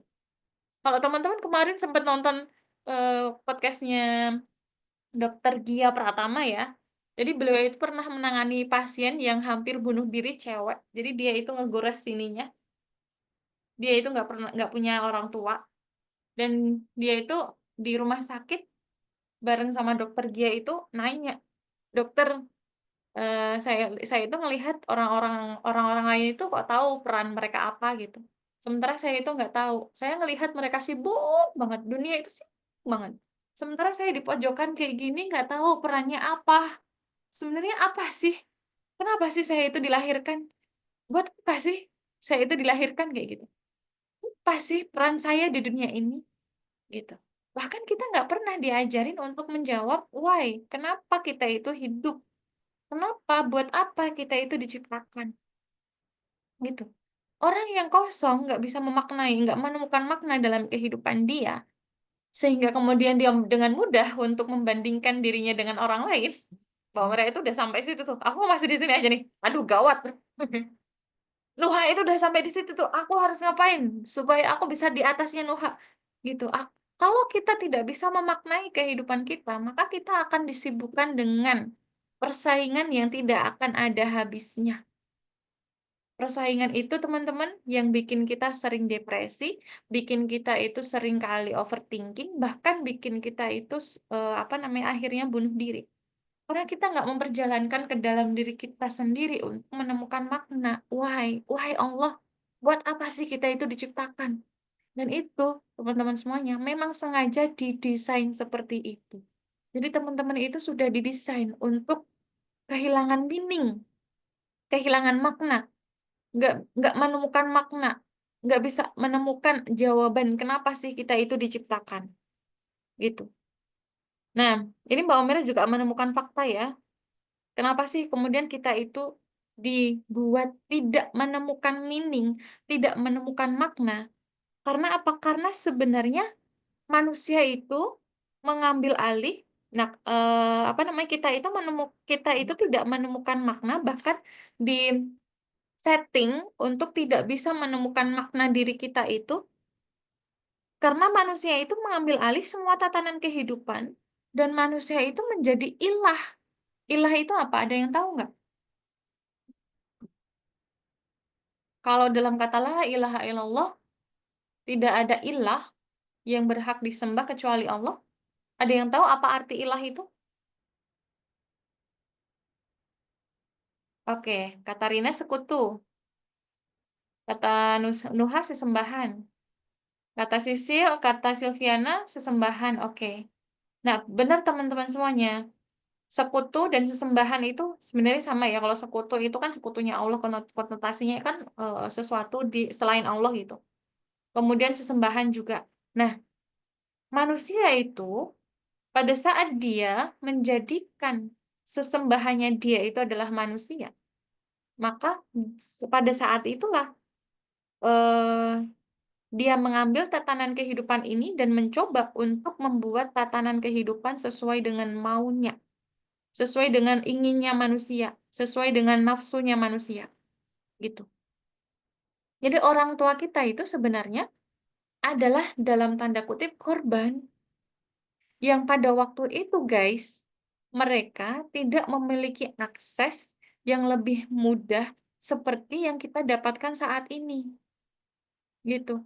Dan itu kalau misalnya kita belajar pola ya, pola pola pikir ya. Jadi pola pikir kita itu terus-terus berulang, gitu. Karena tidak mendapatkan pola yang baru atau pattern yang baru, akhirnya apa? Akhirnya kemudian orang tua kita mengcopy paste apa yang dilakukan oleh nenek kita, gitu. Jadi kekerasan yang dulu mereka alami itu berulang dalam kehidupan mereka dan kita menjadi korban kedua, gitu. Nah, alhamdulillah sih kalau Mbak Omira itu meyakini teman-teman yang duduk di sini itu adalah orang yang sudah melewati fase fase pertama. Fase pertama itu apa? Fase pertama itu adalah fase kesadaran. Kalau kata Umi Rosa tadi adalah fase kesadaran di mana, "Kok ini ada yang salah nih? Apa ya yang harus diperbaiki dari aku? Aku mau sampai kapan kayak gini?" Nah, ini adalah fase pertama. Tinggal jalannya seperti apa, nah ini kita yang perlu untuk meniti lagi, gitu ya. Oke, jadi luka ini atau kehidupan yang penuh trauma ini terjadi ketika manusia itu mengambil alih, ketika manusia itu menjadi ilah bagi dirinya sendiri. Mbak Umira banyak menemui atau menjumpai kasus-kasus luka itu sebenarnya terjadi karena ekspektasi kita terhadap pasangan yang berlebihan. Atau luka itu terjadi karena ekspektasi kita terhadap orang tua kita yang berlebihan. Gitu. Kemarin Mbak Umira menemukan insight bagus tuh ya. Jadi pada saat kita melakukan, yang sudah bersuami gitu kan, kita melakukan pelayanan terhadap suami, itu bukan karena ingin mendapatkan balasan cinta dari suami kita. Kalau misalnya kita berbakti kepada orang tua, ketika kita itu berharap orang tua itu baik kepada kita, ya kita akan kecewa gitu. Nah itu berarti kita sedang menjadikan manusia itu sebagai ilah. Kita sedang mengharapkan ridhonya manusia nih, ya kan? Kita sedang mengharapkan cintanya orang tersebut atau cintanya orang tua kita, dan itu menjadi tujuan kita satu-satunya gitu. Makanya kita banyak kecewa, gitu. Nah, ciri-cirinya gimana? Kok Mbak Mira bisa mengatakan bahwa isu kesehatan mental ini muncul 100 tahun belakangan gitu ya? Jadi gini teman-teman semuanya, kalau teman-teman itu mencari bagaimana riwayat trauma atau, mmm, trauma perilaku dari bangsa-bangsa yang merupakan korban postkolonial atau pasca kolonial. Jadi pasca penjajahan ya. Pasca penjajahan itu ternyata hampir sama dan negara Asia Tenggara yang nggak pernah dijajah itu cuma satu, kalau nggak salah itu Thailand. Thailand atau Filipina gitu. Nah, jadi sikap bangsa yang kemudian menjadi korban penjajahan itu hampir sama, satu, playing victim. Senang banget disebut sebagai korban. Kalau misalnya kita itu ngebaca komentar-komentar orang di netizen, komentar netizen di Instagram gitu ya, kan mereka itu seneng banget tuh, kata-katanya itu tuh sebagai korban gitu, dan kata-kata mereka itu tuh nyakitin, ya nggak? Padahal kalau mereka itu lebih suka mencari perbedaan daripada mencari persamaan gitu. Mbak Mira tuh pernah tuh dikata-katain, padahal nggak kenal gitu kan, tapi kata-katanya nyelekit, kata-katanya tuh nyakitin banget. Ingat, cuman hati yang terluka, yang dia itu lisannya melukai orang lain. Karena lisan, perilaku, tindakan, itu adalah cerminan dari hatinya dia. Berarti kalau seseorang itu terluka, dia akan menyakiti orang lain. Kalau kata-katanya menyakiti, berarti dia sedang terluka. Gitu. Gitu ya. Satu, mental victim atau bermental korban. Dan itu semuanya begitu. Tipe-tipe orang Indonesia adalah tipe-tipe orang yang bermental korban. Kalau dikasih, seneng banget. Jadi dia mental gratisan, mental minta-minta, mental mohon maaf banget, mental ngemis, mental apa ya namanya? Ya, itu tuh termasuk ke dalam mental scarcity, apa mental kelangkaan, dan itu dibangun dari pola pikir yang turun-temurun tadi, gitu. Makanya kemarin mohon maaf banget, setelah kasusnya Pak Son Haji, teman-teman tahu ya, setelah kasusnya Pak Son Haji, para pedagang es teh itu mereka maju semuanya tuh. Di satu majelis tuh mereka maju semuanya berharap dagangannya itu dibeli kayak gitu. Gitu ya. Kemudian selain itu juga yang lagi rame banget itu menciptakan budaya patriarki. Kalau kita ngomongin patriarki, feminis yang ngamuk gitu kan. Tapi kalau kita ngomongin feminis, patriarki yang ngamuk. Ini karena dua-duanya ini ingin menang. Apa ya, perlawanan antar gender ini masing-masing mereka itu ingin menang, gitu, ingin menguasai. Kemudian menciptakan pola hidup yang bergantung. Nah, ini semuanya adalah ciri-ciri dari kehidupan yang scarcity atau mindset yang scarcity, mindset yang kekurangan. Padahal, kalau kita mengkaji Islam sebagai agama spiritual, ritual, dan juga way of life kita, Islam itu ngajarin kita untuk memiliki mental yang abundance, mental yang berlimpah, gitu. Mental yang berlimpah itu salah satunya adalah ketika kita menemukan cinta di dalam diri kita sendiri, gitu kan. Dan ketika kita menemukan cinta, energi kita dipenuhi oleh energi cinta, maka kita akan memperlakukan orang lain dengan cinta. Sedikit contoh, kemarin Mbak Umira ngobrol sama adiknya Mbak Umira. Kebetulan adiknya Mbak Umira itu sering berinteraksi dengan teman-teman di BKSDA ya. Jadi BKSDA itu badan apa sih, sumber daya alam kayak gitu ya, yang ngurusin hewan dan seterusnya dan seterusnya. Mbak Umira coba lihat dari perspektif pengelola hewan atau pengasuh-pengasuh hewan itu, ketika mereka mengasuh hewan itu hanya sebatas dikasih makan, hanya sebatas dikasih minum, hanya sebatas itu. Bahkan ketika COVID kemarin, hewan itu kan hewan-hewan di apa tuh namanya, di zoo, di Jogja Zoo juga, itu mereka kurus-kurus gitu karena tidak diurusin. Dan you know what, teman-teman semuanya, ternyata perilaku kita terhadap hewan, terhadap makhluknya Allah, terhadap tumbuhan, terhadap semesta ini, itu dicerminkan dari energi kita. Jadi ketika kita itu menganggap bahwa hewan itu butuhnya makan, kita tidak spread love and happiness terhadap hewan tersebut. Berarti kita sebenarnya sedang kosong dari cinta dan bahagia. Gitu. Ini pengalaman juga Mbak Umira ya. Jadi ceritanya Mbak Umira itu kuliah S1 di pertanian gitu kan, dan lulus 2,5 tahun. Ini Mbak Umira baru sadari ini gitu. Mbak Umira itu kenapa skripsinya lama gitu kan, dan bahkan cenderung mengulang. Ternyata teman-teman semuanya, tanaman itu dia menangkap vibrasi kita. Mbak Umira itu nanam 3 kali mati. Dan Mbak Umira baru sadari ternyata pada saat itu energinya Mbak Umira atau vibrasinya Mbak Umira itu tuh masih ada di energi sedih. Yang itu ternyata apa, ditangkap oleh tanaman, gitu. Jadi energi yang ada di dalam diri kita itu akan memancar keluar dan akan mempengaruhi segala sesuatu yang ada di sekitar kita.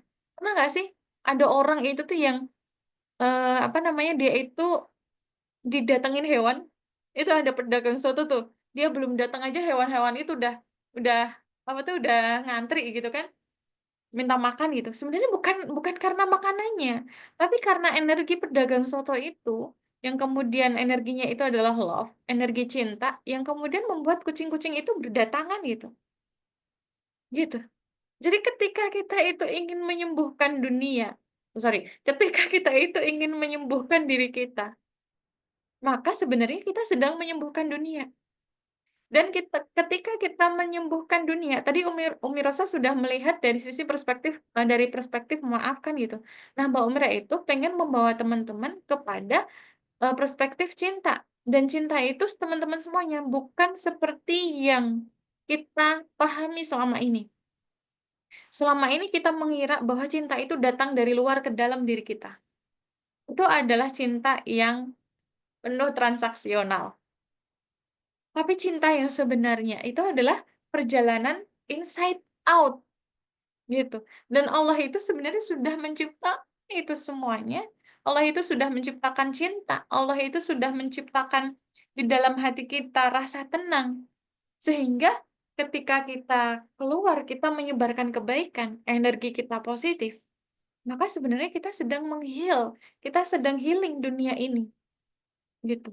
Dan itu semuanya teman-teman, kan teman-teman dapetin ketika kita benar beriman. Cinta itu akan tumbuh ketika kita itu benar beriman, gitu. Tapi kalau kita itu masih berimannya kelok-kelok kayak gitu, belum benar-benar lurus ke atas, maka kita sulit banget menemukan cinta di dalam diri kita. Ada cerita lagi, ini kliennya temennya Mbak Umira ya. Jadi teman Mbak Umira itu punya pengobatan holistik kayak gitu. Dia datang dengan cancer dan sudah bertahun-tahun. Kemudian kalau nggak salah waktu itu kansernya itu di rahim, bahkan sampai rahimnya itu diangkat. Dan kemudian apa namanya? Jadi temannya Mbak Umira itu mengobati bukan dengan obat, tapi dengan men-tracing emosi apa yang dia simpan, gitu. Nah, pada saat pasiennya itu datang dengan keluhan di rahim, itu sebelum diangkat gitu ya. Terus kemudian di-tracing emosinya, ternyata rahim itu ada kaitannya dengan apa namanya, kita yang dipendam lama terhadap orang tua.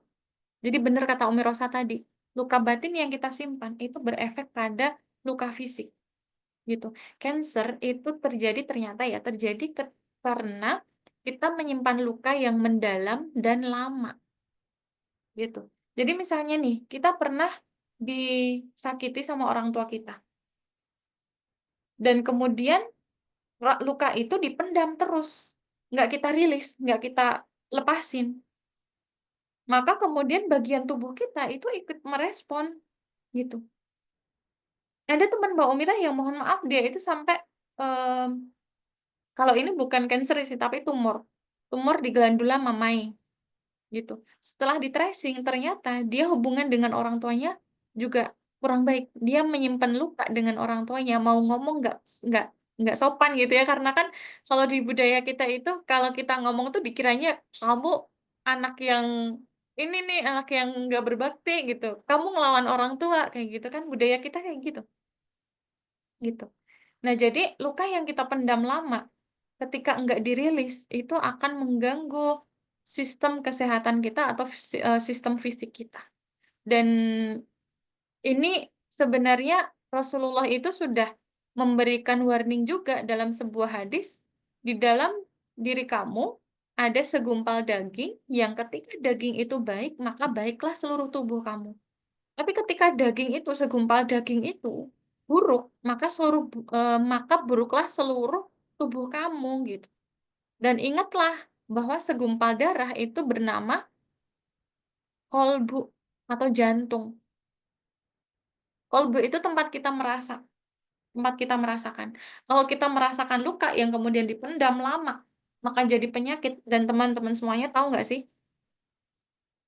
Di bagian tubuh di mana kita merasakan sakit, entah di belakang sini, di belakang punggung, di kepala, migrain, kemudian GERD, asam lambung, ini yang paling sering tuh ya. Itu tuh sebenarnya menunjukkan dengan siapa kita itu terluka. Jadi badan ini teman-teman semuanya, ini ajaib banget. Dia nggak pernah bisa bohong dengan siapa kita itu terluka. Leher ini atau tenggorokan, ini biasanya terjadi karena kita itu ada sesuatu yang mau kita ucapkan tapi tertahan, gitu. Jadi kita menahan sesuatu, biasanya sakit di leher, dan Mbak Umira pernah mengalami hal ini. Tapi begitu dirilis, dimaafkan, dilepasin, let it go, selesai dalam 3 hari loh. Jadi yang sakit berbulan-bulan tadi, itu selesai dalam waktu yang singkat dan nggak butuh obat. Itulah esensi dari self healing. Kita ini adalah penyembuh bagi diri kita sendiri. Kita ini berdaya untuk memberdayakan orang-orang di sekeliling kita. Tapi kalau yang kita lihat itu adalah penderitaan, kalau yang kita lihat itu sisi negatifnya, ya udah, itu yang kita holding on terus-terusan. Makanya kita sulit untuk melihat dunia dari perspektif yang penuh cinta, gitu. Kita akan melihat dunia dari perspektif yang penuh trauma. Dan ini yang dialami oleh orang-orang sekarang. Maka pilihan kita adalah kita mau melihat dunia dari perspektif cinta kah? Atau kita mau melihat dunia dari perspektif luka? Itu adalah pilihan kita sendiri. Oke? Nuha, kita sampai jam berapa? Sudah lewat 11 Oh, menit sudah ya, lewat. Coach. Kita Oh mau iya ya. Emang kita tuh suka nggak ini nih. Kok nggak Ini kerasa? alumni M30 MHM ada nggak sih? Kita tuh sampai pernah tuh jam 11 malam baru kelar. Masya Allah. Oke. Terima kasih Nuha, terima kasih Umur Resa. Demikian yang bisa Mbak Mira sampaikan. Mudah-mudahan bermanfaat. Ambil baiknya, buang buruknya. Wassalamualaikum warahmatullahi wabarakatuh. Waalaikumsalam warahmatullahi wabarakatuh. Tuh, Masya Allah, saking semangatnya untuk menyampaikan ya, bahwasanya untuk melihat luka itu juga bisa kita bisa kita lihat dengan cinta juga. Sehingga ketika kita memang ada luka, ada baiknya kita melihat dunia lebih luas lagi ya, sehingga ya kita tidak terpuruk, tidak larut dalam sebuah rasa sakit itu. Nah, tadi kita sudah sama-sama dengarkan ya dari Coach Umira dan juga dari Umi Rosa. Mungkin sekarang kita tanya jawab dari teman-teman. Mungkin ada yang mau langsung on mic, boleh. Nanti sebelum dari pertanyaan room chat, boleh banget dari teman-teman yang mau bertanya on mic, kalau ada boleh langsung raise hand ya. Nanti jika memang tidak ada yang raise hand, nanti langsung alih ke room chatnya. Silahkan teman-teman, mumpung ada kesempatan baik. Oke, dari Mbak Kori. Ya, Umi, Untuk Assalamualaikum. Waalaikumsalam. warahmatullahi wabarakatuh. Aku mau tanya Umi, karena aku ngerasa ini kok lukaku di pola yang sama ya, bertahun-tahun nih. Nah, misalnya baru terjadi sih seminggu kemarin. Kenapa aku misalnya ada temanku yang berkata tidak enak, itu menyakitkan sekali, padahal kita bukan teman dekat gitu. Dan padahal aku merasa sudah menjadi pendengar yang baik untuk dia gitu. Dan aku nggak mau ikut campur urusan dia, tapi kenapa setiap ada momen yang dia ngomong kasar itu jadinya ke trigger gitu loh Umi, dan ini kayak polanya bertahun-tahun seperti itu gitu. Nah gimana nih, kan tadi Umi bilang kita harus memaafkan. Nah kenapa kok aku susah banget ya di fase untuk memaafkan dengan pola yang seperti ini lagi gitu. Bahkan aku sempat kayak bertanya ke Allah, oh, kenapa sih dikasih ujiannya gini lagi gitu loh. Nah itu gimana ya, apa yang harus aku ubah gitu loh. Itu sih Umi. Makasih Umi. Assalamualaikum. Baik, terima kasih Mbak Kori untuk pertanyaannya. Ini kira-kira mau ditujukan ke salah satu atau dua-duanya? Boleh mana aja aku Oh, nyimak. oke. Boleh dari Umi Rosa dulu mungkin untuk menanggapi. Oke, baik. Masya Allah. Sorry ya. Oke. Dari tadi apa yang Umi Rosa sama Mbak Umira jelaskan bahwa ketika kita terluka berarti ini pertanda dunia tidak baik-baik saja. Tadi Umi simpulkan bahwa em, dunia ini memproduksi orang-orang yang melukai karena dunia sangat sibuk mengajar dunia, gitu ya. Jadi ya itulah yang terjadi gitu ya, ketika kita merasa bisa mengendalikan dunia. Manusia itu merasa bisa mengendalikan dunia.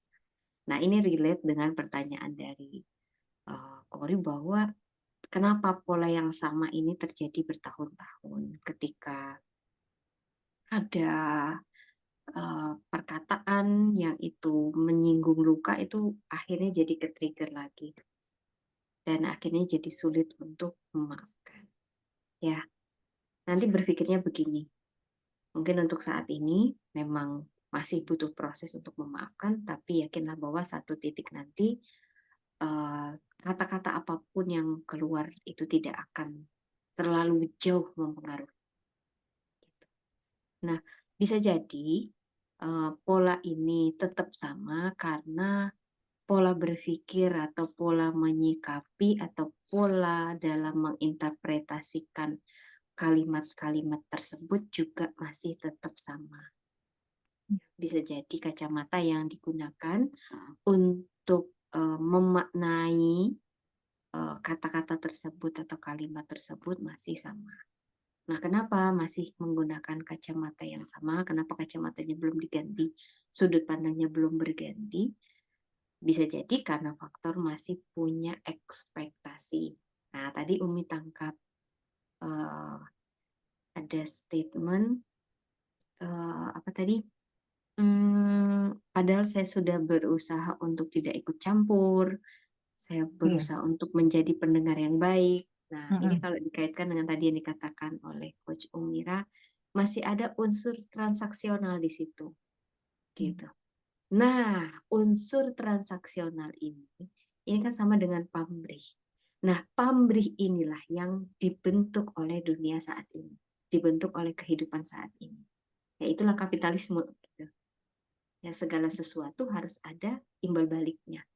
Maka kalau dalam istilahnya kan ada simbiosis mutualisme, saling menguntungkan, saling memberikan kemanfaatan, saling pokoknya nggak ada no free lunch deh gitu ya, tidak ada makan siang gratis. Nah, akhirnya pola pemikiran kita kebentuk oleh itu tanpa kita sadari. Ya, nah berarti PR-nya bagaimana agar pola itu sedikit demi sedikit bisa digerus. Nah, kalau dalam Islamnya seperti apa? Kalau dalam Islam berarti ada konsep tulus, konsep tidak pamrih ya, konsep menjauhi dari apa misalnya ria gitu kan ya. Nah, itu harus dijadikan sebagai tadi penggerus, karena kan efek pamrih yang dicekokin dunia ke kita itu kan begitu dahsyat luar biasa kan ya. Tanpa kita sadari akhirnya itu merasuk ke dalam pemikiran kita, merasuk ke dalam sikap bagaimana kita bersikap sehari-hari di dalam kehidupan kita, termasuk ke dalam interaksi kita dengan orang lain. Mungkin itu yang menjadi PR besar kita. Artinya apapun yang apa pola yang terbentuk ini ya merupakan hasil dari proses bagaimana dunia membentuk kita. Ya. Dengan tadi salah satunya adalah dengan pamrih tadi, bahwa segala sesuatunya harus ada imbal baliknya, segala sesuatu harus ada apa ya kemanfaatannya, harus sebanding, sebanding. Jadi ketika saya melakukan ini, maka dia pun harus melakukan ini. Nah, itu tanpa kita sadari menjadi landasan dalam pola perilaku kita sehari. Nah, mungkin bisa jadi Allah terus-menerus memberikan ujian yang sama ini, berarti ya masih remedi gitu ya. Nah, tapi walaupun masih remedi, tetap semangat, tetap harus gimana nih caranya biar bisa ganti kacamata. Nah, berarti tahun depan 2025 harus ganti kacamata. Oke, ganti sudut pandang. Gitu kurang lebih yang bisa Umi pandangan Umi terkait dengan persoalan ini. Jadi jangan terlalu menyalahkan diri sendiri. Kenapa sih kok polanya masih sama sampai terjadi bertahun-tahun? Jangan terlalu menyalahkan diri sendiri karena ya bisa jadi ini adalah bentukan yang tanpa disadari ya dari apa yang terjadi di dunia secara keseluruhan. Bahwa kita memang dicekoki dengan hal-hal yang seperti itu. Oke, mungkin itu dari Umi. Terima kasih. Ya, Masya Allah. Bagaimana Mbak Kori? Apakah sudah menjawab? Apakah Alhamdulillah. kira-kira mau ditambah dari Coach Umira atau kita lanjut ke pertanyaan berikutnya? Bagaimana Coach Umira? Apakah ada tambahan mungkin?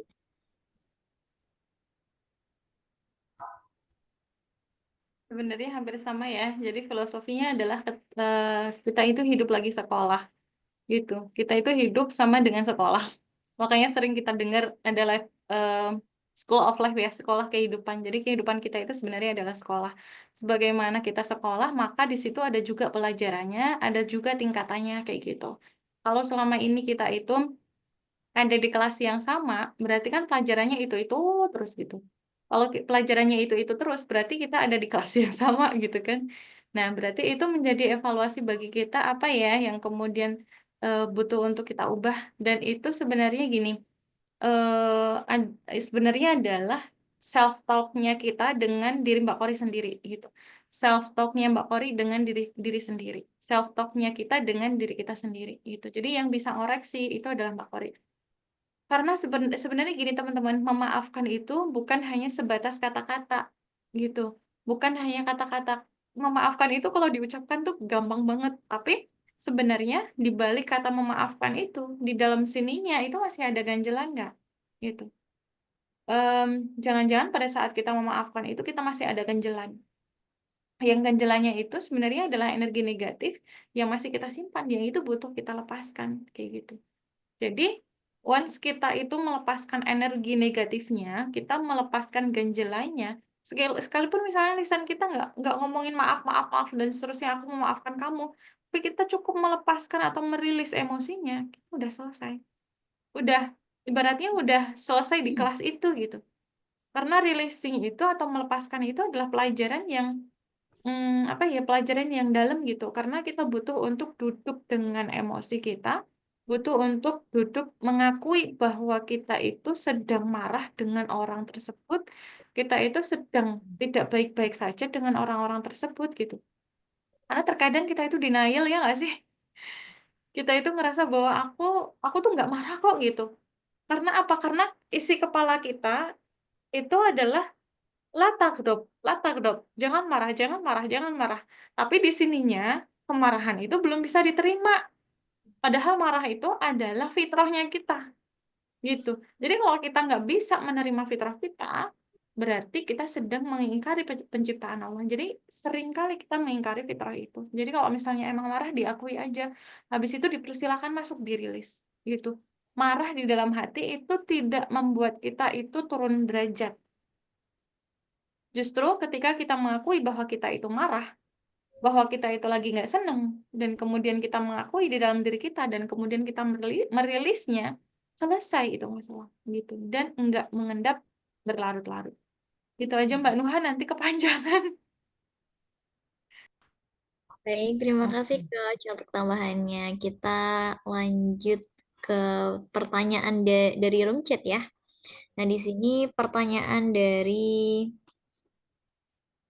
Mbak Latifah, ini Nuha bacakan ya. Assalamualaikum Umi Rosa dan Mbak Umira. Alhamdulillah saya sudah di tahap memantapkan, menghayati dan mengambil hikmah. Namun, akhir-akhir ini sering ke-trigger, mungkin terlalu memendam sehingga emosi itu terbawa ke alam bawah sadar. Hampir tiap malam mimpi marah dan menangis. Di mimpi tersebut berisikan hal-hal yang harusnya saya sampaikan di kenyataan, tetapi tiap terbangun pasti capek, energinya terkuras. Mohon solusinya Umi Rosa dan Kak Umira. Umi Rosa, saya Latifah yang dulu pernah kelas Ibu mengapa lisanmu begitu pedih. Luka itu bukan berasal dari orang tua, tapi dari simbah saya begitu. Silahkan mungkin dari Umi Rosa. Ya, mau dari Mbak Umira dulu, silakan. Ya, boleh dari Mbak Umira. Ini pertanyaannya Mbak Latifah ya. Mbak Mira baca ulang ya, untuk mendalami, memantapkan, menghayati, dan mengambil hikmah. Namun akhir-akhir ini sering ke-trigger, mungkin terlalu memendam sehingga emosi itu terbawa ke dalam alam bawah sadar, hampir dan menangis di mimpi tersebut, berisikan hal-hal yang harusnya saya sampaikan di kenyataan, tapi terbangun pas capek energinya. Ya, jadi sebenarnya Mbak Latifah ini memendam ya. Mbak Latifah ini menyimpan sesuatu yang Mbak Latifah ingin banget disampaikan, tapi tidak tersampaikan, entah karena sesuatu sehingga mungkin karena tembok dirinya terlalu tebal itu tadi, karena respon orang tua yang kurang mendukung, akhirnya kemudian memilih untuk menyimpan. Tapi ternyata disimpan itu akhirnya menjadi racun buat diri sendiri gitu. Jadi Mbak Umira mau ngasih perspektif baru nih. Jadi ada 3 kesalahan yang sering kali kita lakukan ketika kita mau meregulasi emosi kita. Yang pertama itu adalah kita marah-marah. Kita menyerang orang lain, banting pintu, kemudian kita marah-marah dan seterusnya. Kalau bahasanya orang Jawa, orang Jogja itu guang howo. Guang Howo itu marah-marah, meledak-ledak kayak gitu. Yang kedua itu adalah menahan. Nah, menahan ini apa namanya, adalah perspektif sebagai sebagai korban gitu ya. Kalau marah-marah tadi itu kan perspektif pelaku gitu. Marah itu sebenarnya untuk mendefense dirinya dia supaya enggak sakit, sehingga dia marah-marah duluan gitu. Yang kedua tadi adalah menahan. Yang ketiga itu adalah biasanya dengan mengalihkan atau escaping. Kan biasanya ibu-ibu tuh sering tuh kalau marah sama pasangannya ambil sapu bersihin gitu kan. Masuk ke kamar mandi, gosok-gosok, nyikat-nyikat kamar mandi kayak gitu. Jadi 3 hal itu adalah cara regulasi emosi yang menurut Mbak Umira itu kurang tepat. Nah, ada satu lagi yang sebenarnya butuh untuk kita pelajari dan kita praktekin. Apa itu? Yaitu adalah releasing. Releasing itu sebenarnya adalah cara yang paling sederhana banget untuk merilis emosi kita. Jadi, releasing itu cukup dengan mengakui, mempersilahkan, dan juga melepaskan. Gitu. Mbak Umira banyak menangani, alhamdulillah, klien yang berhasil releasing. Ini salah satunya di sini ada nih, ada Mbak Erli ya. Masih ada nggak Mbak Erli di sini? Mbak Erli ini dari Jayapura, kemarin sempat releasing bareng sama Mbak Nuha juga gitu kan. Yang tadinya memendam emosi dengan pasangannya, habis itu pasangannya, aduh, memendam emosi gitu ya. Habis itu Mbak Mira tanya setelah releasing, gimana Mbak? Ya nggak masalah. Loh, gimana? Yang tadinya bermasalah banget, setelah releasing ternyata nggak bermasalah kayak gitu. Jadi barangkali Mbak Latifah butuh releasing, butuh emosinya itu dilepasin gitu. Jangan ditahan, karena ditahan itu merusak diri kita sendiri. Kalau diledakkan itu merusak orang lain. Atau kalau di releasing itu adalah salah satu jalan atau salah satu cara untuk menuju kehidupan yang lebih tenang kayak gitu. Gitu ya Mbak ya, itu perspektifnya Mbak Umira kayak gitu. Oke, terima kasih Mbak Umira. Selanjutnya mau Umi nambahin sedikit tadi ada catatan bahwa yang eh, apa ini sama Simbah gitu ya. Nah, eh, iya benar ya. Jadi bukan orang tua tapi Simbah. betul.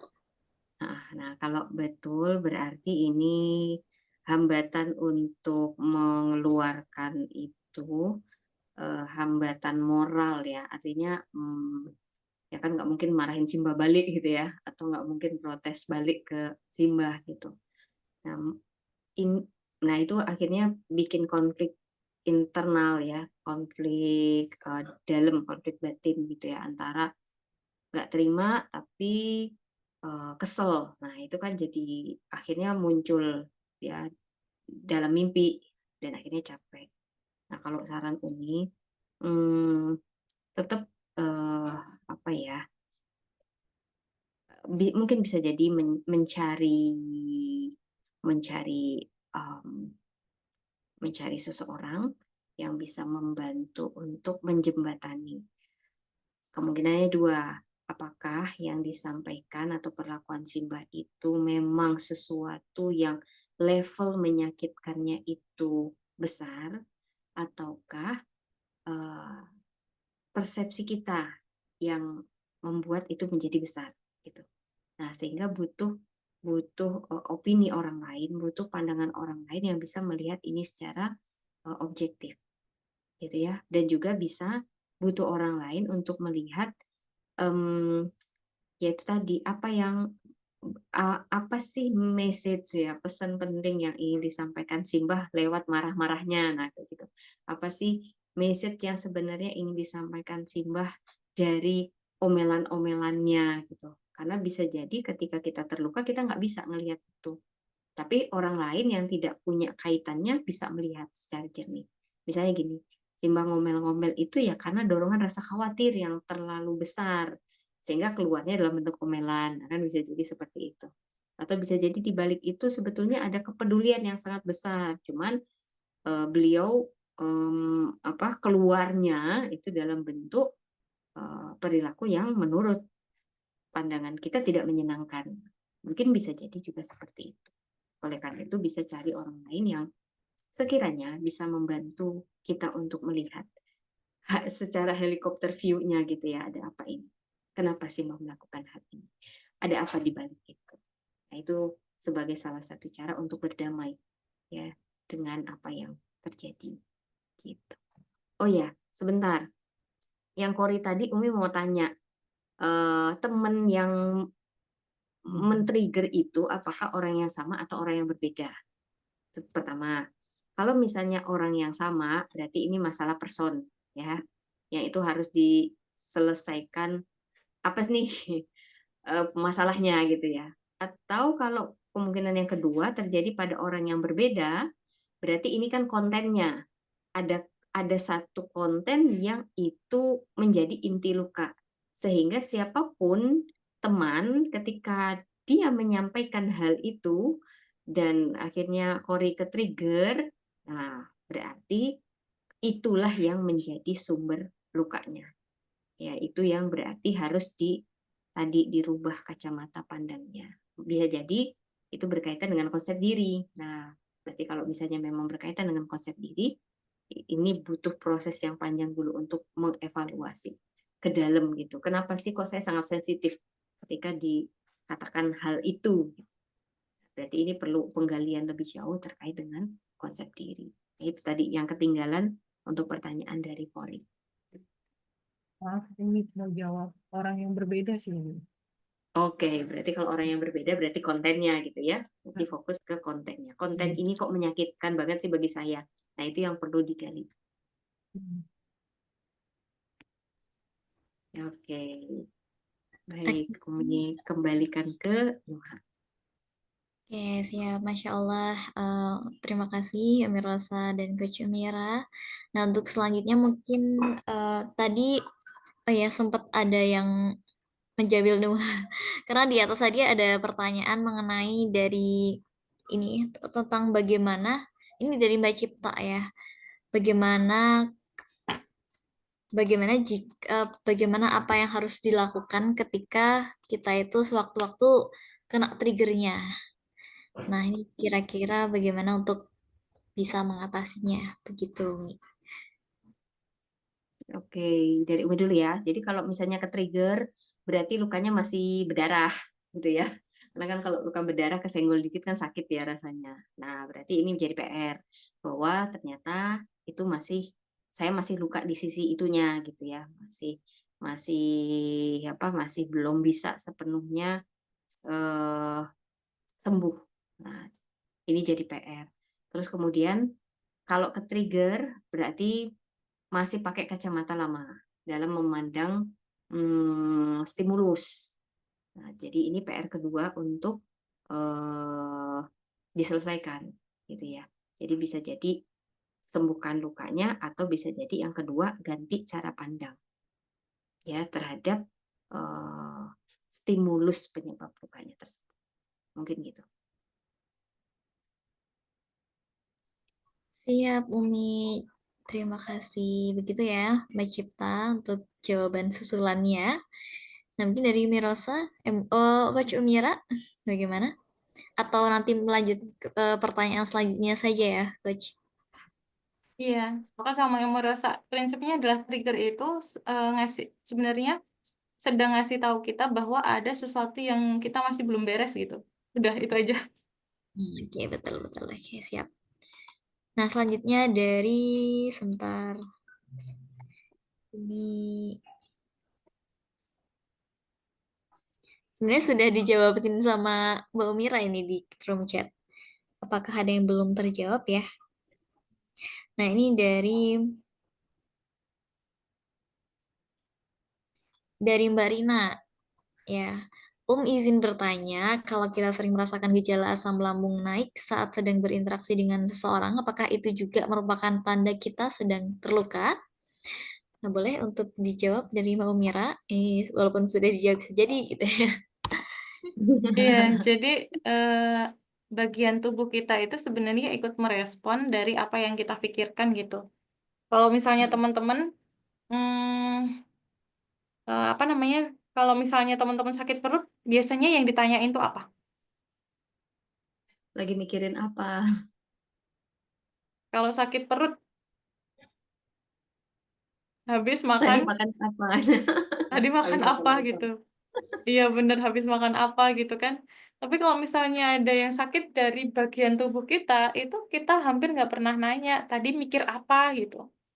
Apa yang kepikiran, apa yang jadi beban pikiran kita gitu. Nah, setaunya Mbak Mira nih ya, kalau em, respon di lambung itu sebenarnya adalah dia respon dari apa namanya pikiran kita sendiri yang terlalu berisik gitu. Jadi bisa jadi pikiran kita terhadap seseorang itu mm, ada sesuatu yang bikin kita atau kita pernah mengalami kejadian buruk terhadap seseorang itu sehingga bikin kita trauma dengan beliau kayak gitu. Atau misalnya apa sih yang keingat begitu kemudian kita bertemu dengan beliau.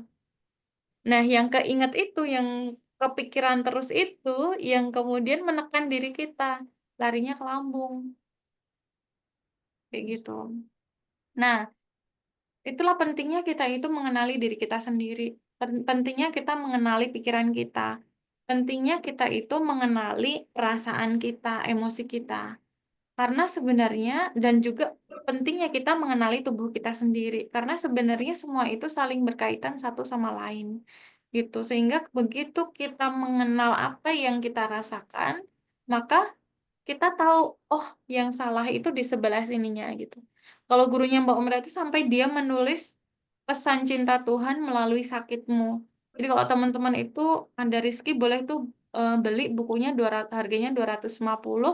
Beliau menuliskan dengan detail termasuk juga apa namanya asam lambung itu naik karena apa? Kalau sepenangkapannya Mbak Umrah itu biasanya karena terlalu berpikir yang menekan diri kita terhadap orang tersebut kayak gitu. Kurang lebih seperti itu. Gimana caranya? Caranya ya dikenali dulu dan kita mencoba untuk mengubah sudut pandang kita terhadap orang tersebut gitu. Kurang lebih seperti itu ya Rina ya. Oke, begitu Mbak Rina. Untuk Umi Rosa, apakah ingin menambahkan? Oke, ini Rina yang asam lambung naik ketika berinteraksi dengan seseorang gitu ya. Nah, jadi gini, ini balik lagi ke konsep Islam. Ya, kalau kita berinteraksi dengan orang lain, ada dua pilihan. Satu, pakai asumsi. Dua, sesuai fakta realitas. Nah, kadang-kadang kita berinteraksi dengan orang lain itu pakai asumsi. Ya, jadi apa yang kita pikirkan tentang orang itu, bukan bagaimana orang itu sebenarnya, sesungguhnya. Nah, makanya kalau dalam Islam kan kita dilarang untuk suuzon, tapi kita harus berhusnuzon gitu ya. Tapi bukan berarti juga tingkat kewaspadaan kita terhadap orang lain juga jadi hilang gitu, bukan gitu. Tapi kita berusaha untuk menjauh terlebih dahulu dari kesimpulan yang terlalu cepat terhadap orang lain gitu.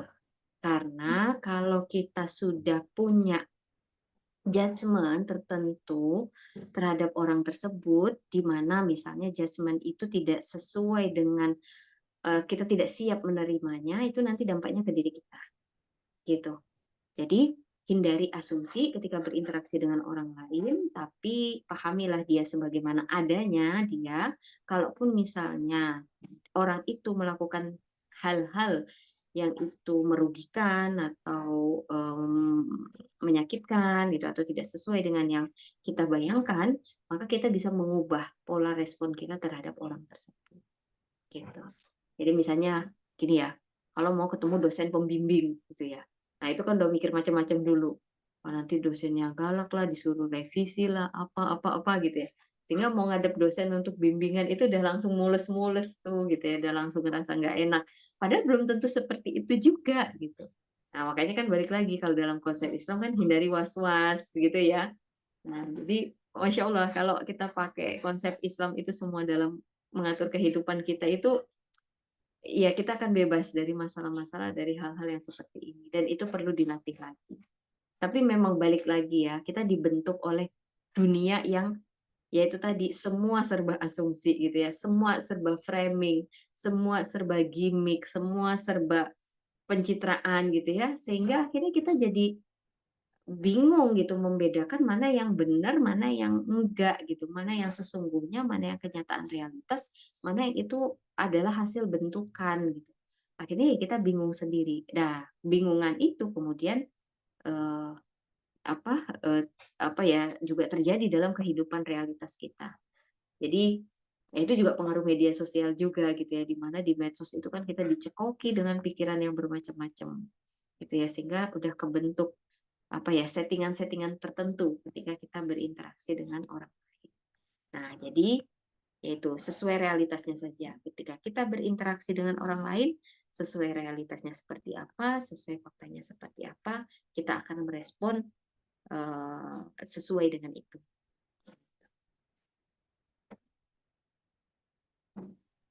Baik, begitu tambahannya Mbak Rina. Semoga bisa memberikan insight dan pandangan baru. Nah, selanjutnya ini karena sudah jam udah jam 10 kurang 10 menit. Mungkin itu saja pertanyaan-pertanyaan yang bisa dijawab oleh para pemateri kita semuanya. Untuk pertanyaan selanjutnya, insya Allah nanti kita akan bertemu kembali di webinar berikutnya yang semoga bisa memberikan lebih banyak wawasan yang luas bagi kita semuanya.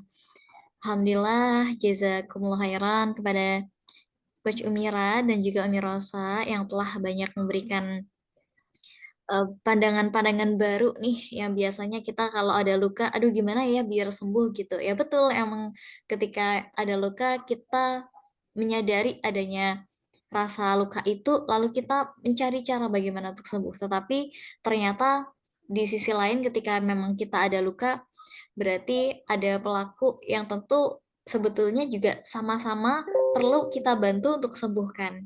Nah, tentunya hal tersebut tidak cukup kita rasakan saja, sehingga perlu sekali untuk kita melakukan perjalanan ya yang tentu dimulai dari diri kita sendiri. Ya, tadi yang Coach Umira bilang dengan menyembuhkan diri, kita akan menyembuhkan dunia. Dan juga yang disampaikan oleh Umar Rasa bahwasanya cukuplah kita jangan terlalu jauh dengan konsep-konsep Islam yang sebetulnya perlu sekali kita gali lagi, perlu kita pelajari lebih dalam lagi karena sesungguhnya solusi itu sangat dekat, tetapi terkadang kita perlu untuk diingatkan kembali. Begitu, alhamdulillah webinar pada malam hari ini kita sudah di penghujung acara. Terima kasih kepada teman-teman semua yang sudah hadir di malam hari ini, yang sudah menyempatkan waktunya dan ingin berusaha ya untuk terus menjadi pribadi yang lebih baik lagi. Begitu yang pertama saya ucapkan sekali lagi kepada para pemateri kita, Coach Umira dan Umi Rosa yang telah memfasilitasi ilmunya sehingga kita mempunyai fasilitas untuk selalu bertumbuh dan berprogres. Begitu. Nah, sebelum kita tutup, kita ucapkan alhamdulillah dan juga kafaratul majelis terlebih dahulu. Alhamdulillahirabbil alamin. Subhanakallahumma wa bihamdika asyhadu an la ilaha illa anta astaghfiruka wa atubu ilaihi. Oke, mungkin nanti kita bisa dokumentasi dulu ya.